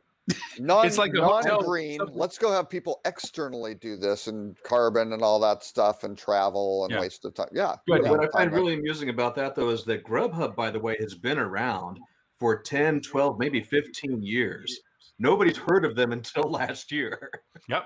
Yeah, it's true. And so, you know, and I see that happening. This brings into dialogue ghost kitchens. That brings into dialogue diversity of food delivery service. It changes the spectrum of food and beverage. And I say this, and this goes back to something I want to make sure I'm bringing in front of all you all. With the hotel TV channel we have, I've had great solicitation. I've been talking to Marriott. I've been talking to the Colorado Restaurant Association. There's a lot of places that have a lot of great content, more food and beverage content. There's a lot of underutilized food and beverage content. That Food Channel's it. If you don't make it on the Food Channel, there's very few places you make it out on when it comes to food content. And I'm trying to balance that content that's going onto the TV channel with all the other content that I know needs to be out there. But the discovery process that I'm going through, this is amazing, of how the industry, restaurant industry, food and beverage industry sees itself. They're really looking at everything upside down. They've taken the whole basket and dumped it onto the floor and figured out what it is that they want to try to break and change and do difference. Yeah. The usages of food trucks, the facilitation of food and beverage to hotels, remote to destination. They're thinking everything different right now. It's little things like restaurants that now have apps that you can go into your room and order and walk down and pick it up, so that you're not incurring costs to the hotel for room service. If you want it to be delivered, Grubhub-esque kind of way, then you pay that extra fee for somebody to walk it up to your lazy butt and put it in your room for you, or give it to you in your room. So there are some pretty cool. Yeah. Go ahead. But the irony of that is you have these hotels with these kitchens and staff and all the infrastructure to provide a ghost kitchen and delivery, not just for the hotel, but for the neighborhood, right? And all of a sudden it's like, yeah, your restaurant can go deliver, and all of a sudden you can have the little local, because with these food delivery services, it's kind of their Achilles heel is the same problem as the rideshare services, is there isn't a big moat there, because if you can have local businesses who do it properly, you can displace Uber and Lyft and those guys and just going to go, no, this really works. And it has popped up in a variety of areas where they go, no, here's our little thing, and it works works pretty well. Right. And So, they've done some but the things that are hoteliers pretty- haven't done that, right? Yeah. Which is Now, crazy. some of the people I've been talking to product wise, there's equipment in the market now that I've always was amazed, like when you go to Dunkin' Donuts and they make you your hot croissant sandwich or whatever it was, remember? And you're like, wow, there's no hood, there's no grill, but because there's so much new technology that is available now, that a lot of the things that you used to complain about, and I'm going back to my days where you had a hot box on a tray to get food service up to a room, you had a little, burner in the bottom that usually cooked the bottom plate, but Sterno. kept the top one cold. Sterno, which room service could never keep stocked for some reason. I don't know some why. reason, Yeah. it was never enough Sterno. But anyway, besides all that, that world has changed. We see it on TV all the time. Domino's, which by the way, Robert, you're the first to coin the phrase. They're not in the pizza business. They're in the delivery service, technology service, because they're franchise. not about their pizzas are, but their ability to deliver service, their little remote controlled car that can drive to your house and drop off pizza and stuff. That's their business model. That's what they're doing. They're solving that. The pizza thing is everybody does that. They're solving how to get that stuff to you, and that's the product to sell. And that's the part that we, from a hotel perspective, are doing silly things like the New York stuff and things like this. We're allowing other aspects of our industry demand to be diluted into other means of solutions. Honestly, Airbnb in Hawaii if they were already a problem before. They were already talking about the fact that Airbnb was displacing local ability to rent a house, because the person that owned the house, it was better for them to sell it in Airbnb than it was to do an annual rental for a local.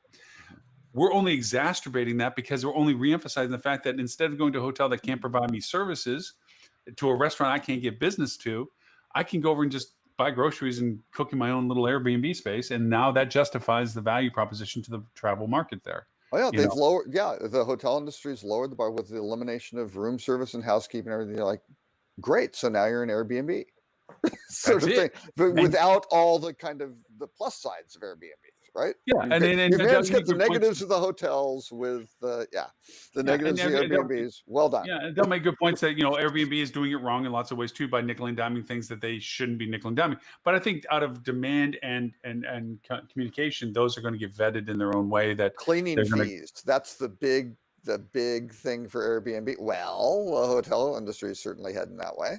They're going that way too. Mint House, which was a new hotel that popped up in New York. I don't know exactly when it happened, but they became not only the #1 hotel in New York, displacing my Library Hotel Collection properties, now in #2 and #3, etc.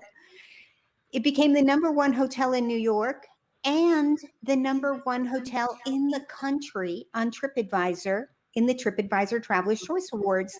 And when the CEO or whoever it was from Mint House, when they have several other hotels that are also getting great reviews, they said that they are combining all the benefits of a hotel and all the benefits of a Airbnb by having much more spacious accommodations, that almost a suite-like thing where, and I think that that's really worth taking a look at what they're doing and seeing how we can get some ideas on how we can make our service better.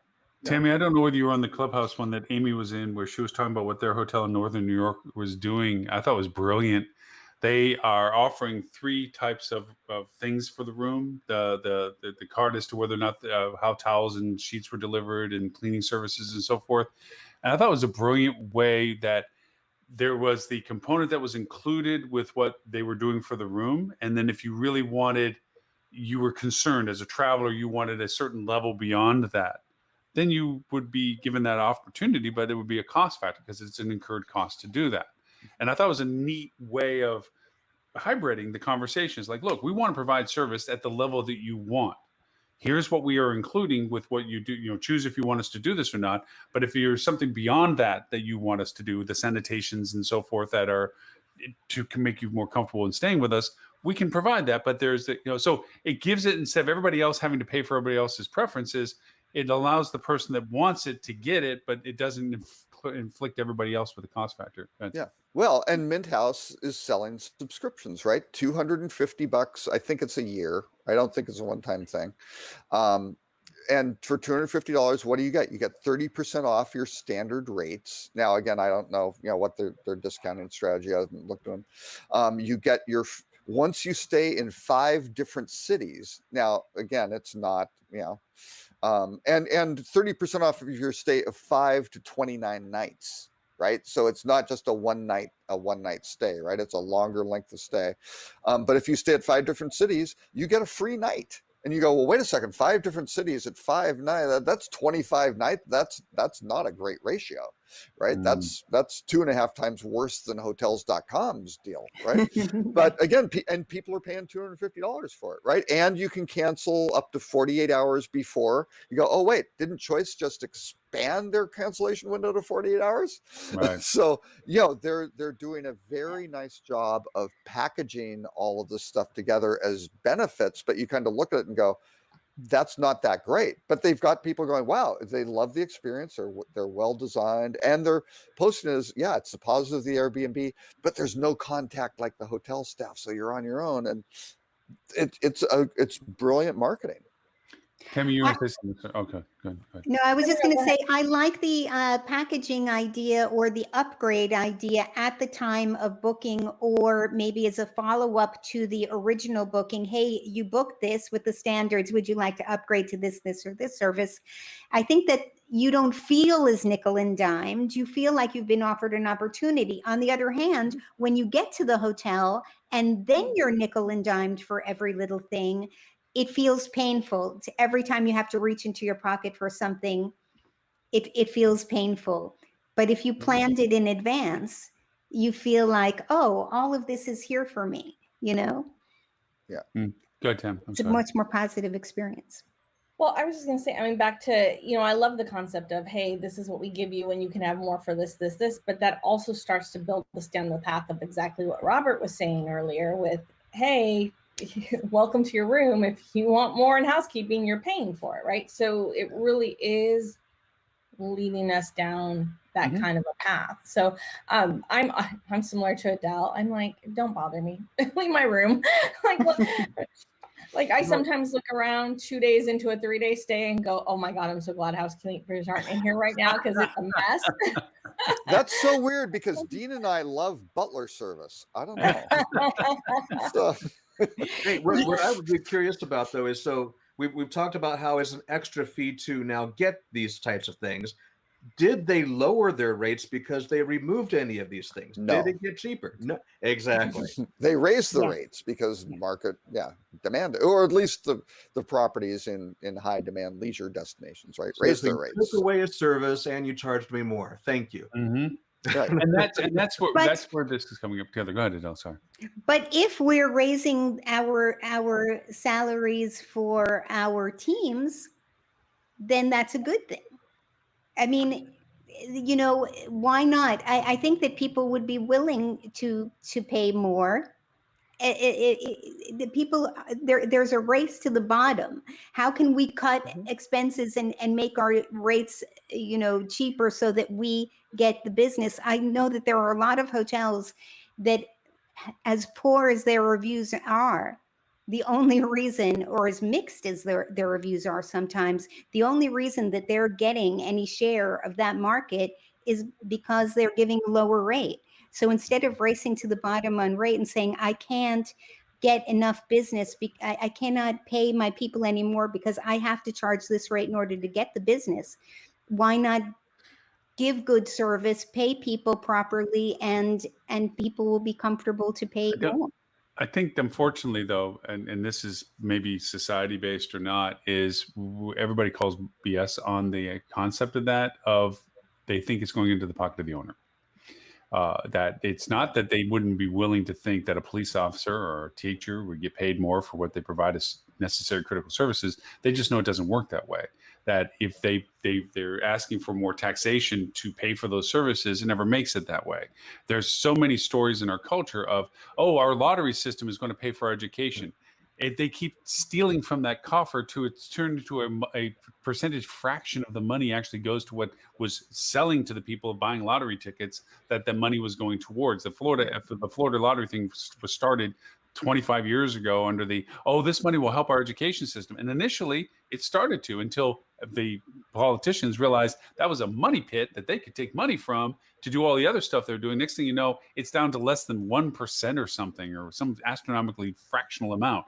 And the same too goes for our businesses. Oh, I'm charging these rates, I want to give more money to my salary and teams. After owner gets their larger cut to make up for the cost effect that they lost for the past year, after management gets their incredibly overinflated CEO fees, after everybody on top of the pile gets their margin, whatever's left, if any, might go to the actual purpose of the validation of, yes, my team, my bellman, my busboy, whatever bad acronym we have for it, gets their rates. The problem is, and the squandering that we're having right now, is that all those affluent people that are wanting their money realize they actually have to give some of this money to the teams because they can't jig is give up. the teams anymore. And this is where all the barking and whining and complaining, woe is us as an industry, are mainly coming from the people that just aren't getting their happy fat cut out of stuff they used to get, because they now got to actually invest into. And it's not making, and now some of them that have done it, where there's a lot of local restaurants in my market that are saying, we are offering $15 an hour. We still can't get people. Right. You're right, because it's not the actual 15 hours an hour, but then you're talking about variable schedules, up and down hours, no benefits still, or conditional benefits. You have to be there for 90 or 6 months or whatever. You're still not fitting the solution. If you really ask what people needed to come work with you, you're going to things that you talk about, Adele, culture, growth, things like that, in addition to income, benefits, and quality of work.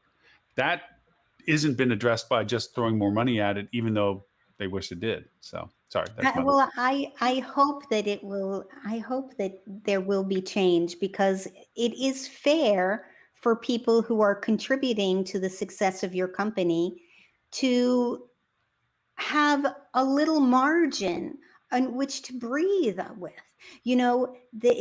If they have to work 2 jobs, if they're struggling just and hardly making it to pay for their rent and food, and they don't have a little bit in which to save or to do things that make life happy, it isn't right. So I hope There's that only one things will company I know change. about I'm that. glad that they're having their feet put to the fire a little bit. There's one company that made the news because their CEO decided to take a salary equal to what he was paying his team. That was out in California, and that was about 3 years ago. I saw that. Yeah. Well, That's it. Fortune 500 CEO salaries are 300 times their Yes. average employee's salary, right? Yeah. It's a new record. That was recent. The other one that's really, really distressing, this was a report yesterday, that full-time minimum wage workers, right now, again, that's $7.25 an hour. That's not good. You cannot, if you're working full-time 40-hour a week, you cannot afford I think it's a 1-bedroom apartment anywhere in the US, right? Nope. If you're doing, maybe it's a 2-bedroom apartment, but they said a full-time minimum wage worker can afford a 1-bedroom rental, here it is, in only 7% of all US counties. So that's 218 counties out of, 3,000 nationwide. And that isn't necessarily where you're working. You got to go find that county, which may be in rural Nebraska. Right. So, yeah. But I have a question. I think he dogged on you, dude. I think he dogged on you. I tried to Google this the other day, and I couldn't get even from Google a straight answer on this. I was trying to find out, who are these companies that are paying $7.25 an hour to a full-time employee? And if you try to Google that, you end up with a lot of references to ones that are paying the state minimum, because there's states that have higher minimum wage, $10, $12 an hour, right? And I found a lot of those, but I couldn't find anybody. Who are these companies that are paying $7.25 an hour? Oh, a lot of restaurants, well, certainly in Texas, wait, pay, employees. pay Right. less We'll say because your they wage say staff. there's tip Right. revenue, right? So Restaurants, I then get that. they've got them down to a couple dollars an hour, right? And, Because and, the and I tip, find this yeah. ludicrous, and this has actually come from the people I've been talking to about the TV channel, about getting content. So I didn't realize this, but back in my day when I owned restaurants, then when it came to tipping out, first off, most initially the servers kept the tips that they got, and then they sub-tipped out their support staff, the bus boys, the bartenders. They would tip in proportion to them for whatever business levels that they provided for them as a server. There was sometimes I had restaurants where they pooled their tips together and then shared it between everybody, because some people had better stations than other people had, or had more seatings than the other people, and it would average out a little bit better that they agreed to do this. Then I found out through some conversations that doesn't exist really anymore. What exists now is that tips are accumulated by the house. The house takes a margin off of these tips. They keep money from money that was given to the servers, and then portion yeah. it out according to time, hour, or seniority, whatever arbitration that they decide. Mhm. So Right. from a server's perspective, I might be the number one server, because there's tiers of servers in it within an organization, the best and down to the least. And I could be the best server in a place, crank out, make killer tips. I get no real benefit from it, because everybody Right. else has to hand up It's before I all ever get pooled. my Yeah. to it. Well, it's pooled, and there's a huge portion that goes to the house, right? Yeah, and now I'm like, Yeah. well, why do I want to be a server there? What the Right. heck, bro? What, and now, and so now the restaurants, oh, we can't find people no matter what we take. Yeah, because you know what? You're taking money out of their pocket.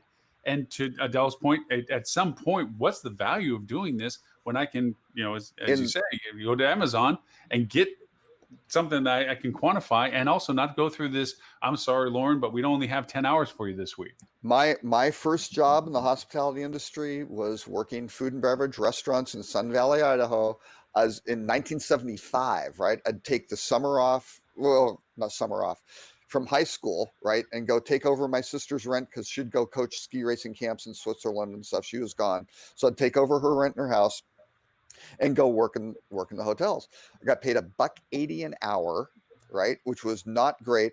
But guess what? When we work banquets that night, we get $80, $90 cash tips. It's like, Yeah. thank you very much. Yeah. And by God, we worked as much as we could. Extra shifts, extra hours. I am there, right? Yeah. And then they changed that. Oh, Sun Valley, the classic example. Then they changed it. They pooled the tips. The company started doing that. They used to give the wait staff, they had people with master's degrees working banquets, but these guys got free ski passes, right? And that's why they were there. They were skiers. They're like, well, I'll work here. Give me a pass. This is because that's literally zero cost to the company of having one additional person on the hill, right? So yeah, you look at that. They eliminated all of those things, right? And all of a sudden, the quality of the employees just plummeted. And all these people who are really dedicated there for the right reasons, and the company really kind of taking care of what was important for them. Yeah, days gone by. I do because we're on that time, but there's just one thing that comes out of all this is that I'm working with right now, trying to help a client, because they're not able to help themselves. They're dedicated to maintaining logistics every day. And as such, they can't even begin to look for hiring positions, let alone train them, because unfortunately they didn't do the precursor of developing some baseline training that didn't require taking their frontline position people offline to train the newbies, which is a terrible, I need help, but in order to get help, I have to train them, or train them, I have to stop what I'm doing. I and can't I afford to train them. Yeah. We they're don't have the endless time or the money to They train them. didn't take Right. advantage of the pit stop. Right. And so now we're in that reality of it. But I would say that there is a possibility, a fractional hope that I have, that the paradigm, the way we do things, it's a supply and demand function. We as employers would say, this is what I got, and they would post it. Okay, this is my positions. And the demand of people looking for positions would then solicit the opportunity of the supply. I'm hoping that there's an inversion to that conversation, that the demand of what you got is more of the dialogue, where people, I can do a lot of different cool stuff. What are you pitching me? What are you offering me that makes me want to work with you compared to working with you? Because I think that inversion is going to be a huge positive impact on our industry. To your point, Robert, the quality of people would come from their dedication to the selection that they create, not from the supplier dictating what they think is a fit to what they want. I think if that inversion, and even if it's a minor impact to our industry, will be a profound shift in how we operate, where we get people that want to do what we're offering and asking them to do compared to getting people that are willing to do what we're offering and asking them to do. And I think that make a big change. Well, and that's always the thing. You want people who, in hospitality, you want people who have a hospitality orientation and they enjoy that. They care for other people. They want to think, and then you train them into the position, right? Mhm. And that's always been the thing. I've told the story a number of times on the show. John Sharp, who's the president of Four Seasons Hotels, no relation to Isidore Sharp, the founder, but ran the company for a number of years. The way, one of his little tricks for interviewing general managers would be, he'd have them, they'd go to the front desk and he would make sure he wasn't in his office, which might, or the general manager's office, normally kind of near the front desk. He'd make sure he was on the other side of the lobby or wherever he was going to go interview them, right, in the meeting room or something. He'd walk across and he'd drop a little piece of paper on the way to visit them on the floor, and then walk them right over that path. And if that general manager candidate stopped while they were walking, picked up the piece of paper, which it's not his hotel, that's not his job, he's going to interview, he wants to make a best thing, stopping and things like that that's not proper. Okay, didn't automatically get the job, but boy, that was a huge plus. And John Sharp would tell the story. He goes, one of his biggest problems was there would be some Bell staff or something like that who would see the piece of paper and grab it before he could do that. So, and then he knew the hotel was really, really running well. Right? That's funny. Yeah. But you look at that, that's what you want. Someone who has that orientation going, well, that's wrong. I will take that to fix it, because the bottom line is they're going to lead by example and not just being there going, work harder. You aren't doing, it's funny. Doing whatever. You bring up a thing that happened with me, is that when the first thing I did one of my first GM roles was, I was sitting in the restaurant and talking to the person that was putting me into the role. And I was noticing that all the servers were just sweating their butts off. And this is inside with air conditioning. And I'm like, and I'm looking at them, it's like, and I asked the guys, like, wow, these guys, I mean, it's not hot in here, but they're sweating. It's like, all the uniforms are polyester. I'm like, okay, why'd you do that? And said, well, they last a lot longer. They got durable, all the business reasons why polyester uniforms are the thing to do. So when I first started going through my process of interviewing the different departments and introducing myself and so forth, I says, hey guys, what's your feedback on the uniforms? And nobody wanted to be the one person that says they're totally they suck. The face just and they're like, well, they're new. Okay. I mean, just ask, and so I changed it to going, well, were the old uniforms better? Not really, blah, blah. And then finally one of the housekeepers, bless their soul, went over and says, if they just were cotton or something that we could, we'll be happy to wash them, but this polyester stuff, we got told they're durable, blah. And it's like, okay, let's say no more. We changed them to cotton. That positive warm fuzzy went so much farther than anything else I had done with that restaurant for the entire tenure I was there. I mean, we did lots of crazy stuff, but that listening and responding to something that they did was a profound thought. And we as an industry have stopped doing that. And I'm being very general. I'm sure there's plenty of companies that do still do that stuff. I just, as an industry, don't see it anymore. This tip pooling thing, what is my portion before you get your portion? What is in it for me versus what's in it for you? That's not us. That's not industry. That's not what we do for hospitality. So I thought you were going to say they were sweating because they were out of fear of the current general manager, which that's really old school. And this new guy's a pushover, so you're good. Everybody is always complaining that they need more data. They need more data. They need more data. All you have to do is listen to your customers and listen to your employees. I'm telling you, they know exactly what the problems are. They know what the solutions are. And yet there's so many levels between the executive team and the line staff that the communication is terrible. And there are so many great communication tools that facilitate executive teams inspiring upward the masses, just with little recordings and videos every day. It's so easy. And to invite line staff to speak their mind. What little thing can we do better to help you do your job more successfully? It's such a simple question. And to I gotta send celebrate you a those little app that you're ideas, gonna like right? anyway. Celebrate those ideas and give them recognition with the rest of the team and go, Judy or Fred, whoever came up with the best. Look at this. It's and all the things that reinforce the goals of the organization. Hey, they've increased efficiency, or they simplified jobs, or they're saving money, or they're doing I got to This send is an app great. to you, Adele, that you're going to love. It's actually an interactive app that contest, quizzes, and fun team building stuff. Yeah, we're at a point we got to run. I do want to run through everybody real quick, and then just announcements of what we're doing in the programming changes to the show as time goes forward. We're coming up on our 8th anniversary, our 8th year thing going in, whatever. Tammy, for people want to know, and also, by the way, I think I'm going to get to participate in your virtual webinar with your series in September. I think I am. So Awesome. For Engage. Yeah. So Jill, just real quick. My name's Tammy Carlisle. I'm head of hospitality at Milestone Inc. We're a digital agency and software provider, and we do have an education conference coming up in mid-September that is virtual and free over 2 days. So we're not going to kill everyone with 8 hours of content in one day, because we tried that last year. Spread it out a little bit. It sounds like Lauren's speaking. There's some other great speakers. So but more details about that, I know I just posted on LinkedIn, and I'll continue to do so. And you can reach out to me as well. Yeah. And I do have to track you down on the TV channel, and I think there's a connection that we can actually do a live broadcast if you want to. I made a note to reach out to you. So yeah, unfortunately I have to run for another call, but thank you. So great. Robert, the unicorn, it's been great seeing you. Of course, I should talk. Check my hair. How's my I think I've been just as rare as you lately. So it's been great hanging out with everyone.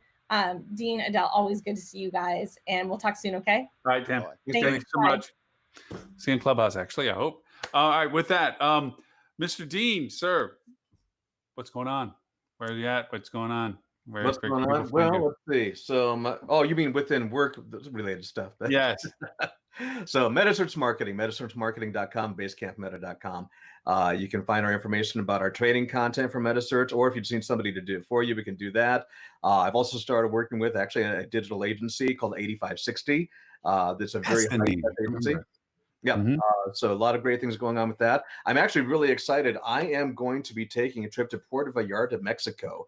There's a group of resort hotels that invited me down there to train them on MetaSearch. And I was like, good grief, they're going to pay for my trip down there? Do they know your drinking habits? Do they know that you're just being brought to the homeland of margaritas? And do they even know this? Just saying, it might have some all-inclusive perks. Yeah. Okay. How long are you going to have any spare time? Let's see. The day that I arrive, the travel day, is kind of spare time. I've got the day after that is spare time. The day after that, I have a decision. Actually, they have another trainer down there training something else, and I am welcome to attend if I want, or welcome to sip margaritas if I want. And I've been trying to say which direction I'm going to go with that. And then my vote's margaritas. Do you have a problem? Do you have any problem with heights? No, I love heights. Okay, they have probably the best zip lining setup just outside. I can send you the name of it. Depending on the group that you work with, they may have a relationship with them, like if it's the Maraval guys or whoever. I mean, there's a variety of groups down there. But yeah, these guys are well known. It's outstanding. 14 zip lines. The longest one is up about 300 feet, and I can't remember if it's like a quarter of a mile or a third of a mile or something. It's great. Send me that. It's fantastic. Yeah. I used to jump out of airplanes. We'll put it that way.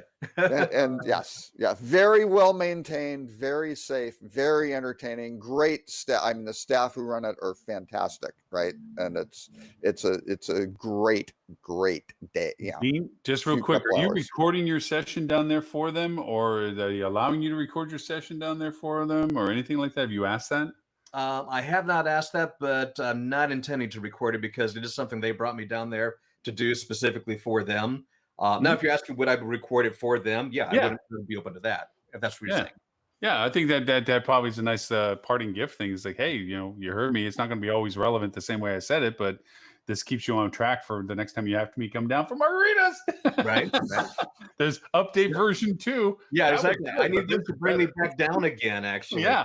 And That was then. This is now. That's the old bust Exactly. them up. This is the new bust them up.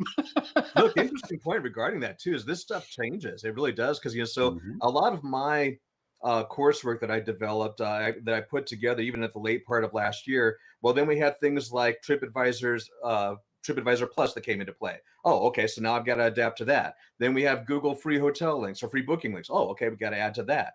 Most recently now, Google added in a new feature with date-specific bidding options, which are really cool. There's a lot of cool stuff you can do with that. So somebody's always coming out with something new, right? There's always a new thing that has to get added on there. So static training courses are outdated almost as soon as you publish them. So you've got to make sure that if you're doing that, you work with somebody who's constantly updating it. Yeah. Adele, what's happening with you? Well, I'm the host of the Hospitality Reputation Marketing Podcast, Get Great Reviews, where I interview general managers and lots of experts who have had phenomenal success in boosting their revenue and supporting every revenue management initiative, sales, marketing, getting the best of all of that because they have created great loyalty by creating great experiences and keeping their customers instead of having to chase new customers all the time. And I am happy to work with and train and general managers, directors of sales and marketing, hotel owners, how to get more revenue. Cool. So meet me at adelegutman.com.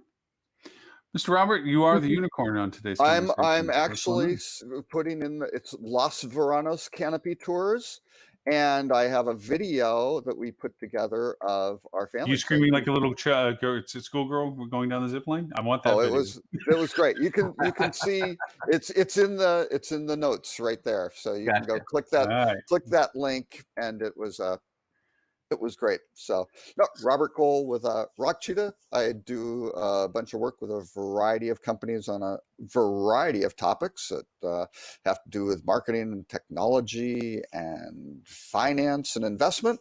Also do a lot of work with Focusrite. And actually right now, Adele, I may contact you because I should probably find you probably know somebody with Library Collection who does the hotel sales and use taxes. And I'm doing a very fascinating project on hotel sales and use taxes right now across a lot of jurisdictions. So I got to do like 20 or 25 interviews with folks to figure out how certain things are inefficiently happening. So Robert, has Google accepted my application that they put your face on their AI screen? Just I'm not asking because you're the data man. I don't think my face is. I don't think my face has been recommended on anything ever. Oh, dude. All right. So, yes, I keep alluding to this TV channel, which we have, which is on Roku, Google, Amazon, and I'm missing one. Oh, Google, Amazon, Roku, Apple? and Apple. Thank you, Apple. Oh, yeah. It's also an app and all those stuff. Easy to forget about them. Yeah, right. It's a small little company, probably not going to amount to anything. So with that in mind, we're going to be transitioning over the next few weeks, coming up to our anniversary of next month, that we're going to restructure this show as much as fun as it is and what we've been doing to more of an hourly format that fits into our TV channel programming easier. Plus also it allows us to create a topic driven discussion where instead of just, hey, whatever we pull out of the bag, which is to Robert's credit, wonderful list of stuff that he shares with us each week on his news list. We will be able to start creating a scheduling of co-host relationships where one person will guide the conversation other than me. I'll moderate and be in the back and handle the tech. But the co-host for that week will be featuring in a weekly advance, so people will know who to expect to see talking and a related topic that they've chosen that they would like to focus in on. Doesn't mean it's the only conversation. It'll mean what they're directed towards. That way people have a sense of, and this is from feedback that we've been getting, thank you for all those that did that, of sending us emails of saying, we love what you do, but we'd like to know more about what you plan on talking about. And we've never been able to do that. And so with this, by reducing it down to an hour, it'll kind of solidify the topic direction. It'll keep us a little bit more to task. I know many times Robert can attest this, all of us can. We've started with something and ended somewhere else quite easily. Was today a good example of the new format? Today would Lauren? be a great example of all over the board. We got political, we got vaccinations, we got everywhere. So that's our intent to go with this. We're also going to start creating recorded programming that we're going to put on the TV channel for a lot of our co-hosts that, due to career changes, don't have this time slot available anymore, which is why you see some people not able to make it as often as they would like. You know, Tammy is a great example. It was great for her to pop in. Robert is an example. But by the same token, there's others that just, this doesn't work for them anymore for the time slot. So we're going to start doing some scheduled time recordings that will go on the TV channel, so you won't miss them. They'll be on the TV channel for availability for people. You know, I want to get the Dan Waxmans that, you know, in Hawaii time, we're in a bad time. There's no way he can make it unless he really gets to really early in the morning. And I know I'm not conversating. Let's not have Dan have to get up early in the morning. No, Dan is not a friendly, happy person at 5 a.m. as much as he is at maybe 8 a.m. Yeah, maybe. But so we're going to start doing those things too, which will also simulcast. We'll start putting them into the schedule, so they'll be pushed out on Facebook and Twitter and LinkedIn and all the stuff we normally do with the live show. But there will be recordings that we did timely. That will always be relevant and they'll be current. It's not like it's a 6-month-old recording. It'll be a week at most, different from when it gets broadcast. But this is kind of our way of getting answer some of the dialogue that people have been giving us, that they value what we talk about, but they would like to see some idea of what it is that they can expect, so they can really make sure they don't miss it. And that's what we're trying to do this for. So to all of the people, and for us as well, the next few weeks is the transition process. We'll start cutting down the time, this not being one of them. How are we doing that? And we'll start getting a little bit more directed into our conversational dialogue, and we'll start outlining who's going to be coming on the show and what dates for ongoing forward after this point. So for everyone, thank you. And to all of you, to you guys, the privilege of your time. And that's what hopefully in the email that I sent out to all of my co-hosts is like, look, this is out of not deference of anything other than I sincerely appreciate anytime anybody has the chance to come join and have the conversation. I mean, I come in showing up, I could be by myself that day, and nobody likes those shows. Just ask Robert when he watches my Thanksgiving special. Wait, and I think, well, Adele probably tells her clients it's very good to have aspirational goals, Lauren. That's very nice. I have the dream. But, you know, so anyways, but for those right now who want to watch the recast of all of our shows at any time, it's on hospitalitychannel.tv. Also, too, in comparison to where it has always been before, is also hospitalitydigitalmarketing.com/live. Podcasts included Dean's MetaSearch podcast, Adele's reputation marketing podcast. We are getting a new host for our sales podcast to be announced in the next week. Holly's just so busy with her training program.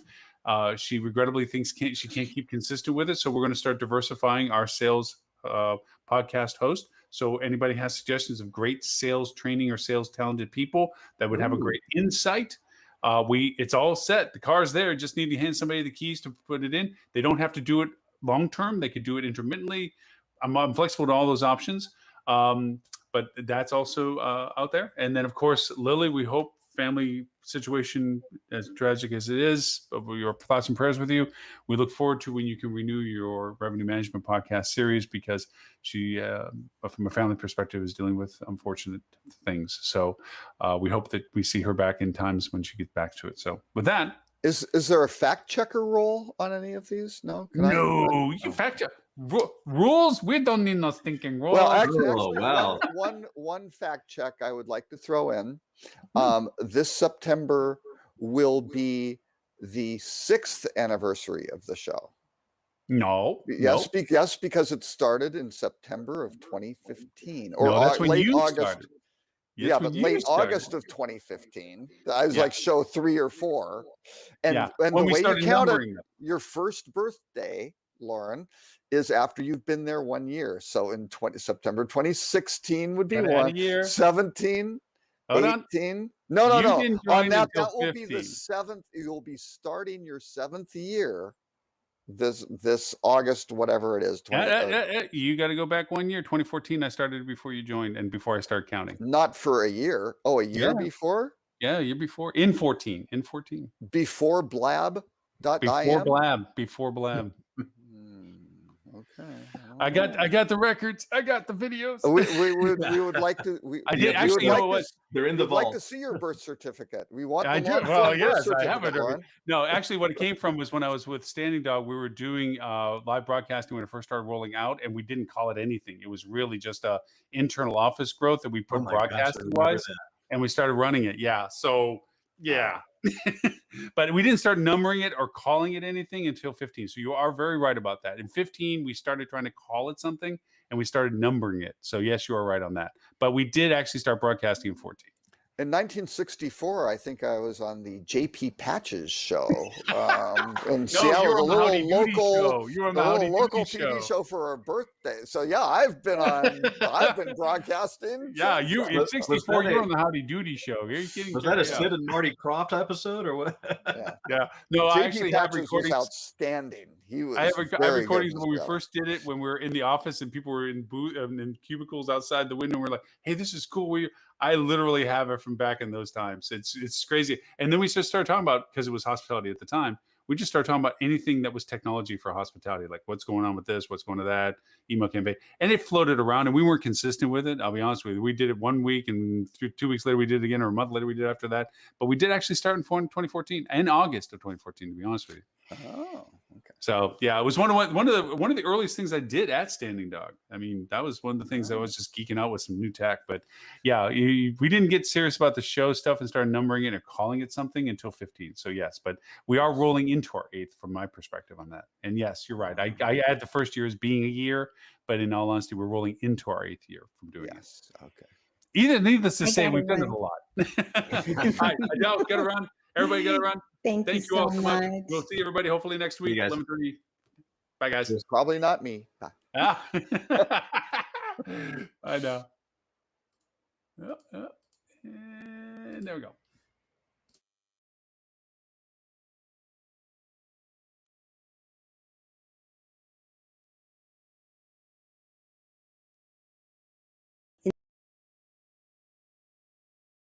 Interested in the professional path. I just can't believe that he really feels that way. Well, I have opinions about Sloan is brilliant, by the way. And, I know he is, and I know he's such a good person. Well, and yeah, but also Sloan has gotten to be about Sloan Dean. I'm sorry, he used to be so much different than what he was now. Now that he's in charge of the company, it's Sloan Dean says, and Sloan Dean does, and I almost kind of feel, because of his obligation at his current level, that this was a disclaimer to answers that he's given ownerships that he's responsible to now, as to why he's having obstacles with stuff.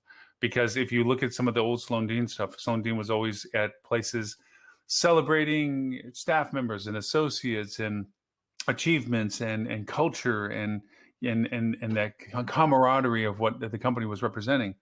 And that was one of the companies that hacked a lot of people away. They furloughed a whole lot of people under Sloan's leadership. And then now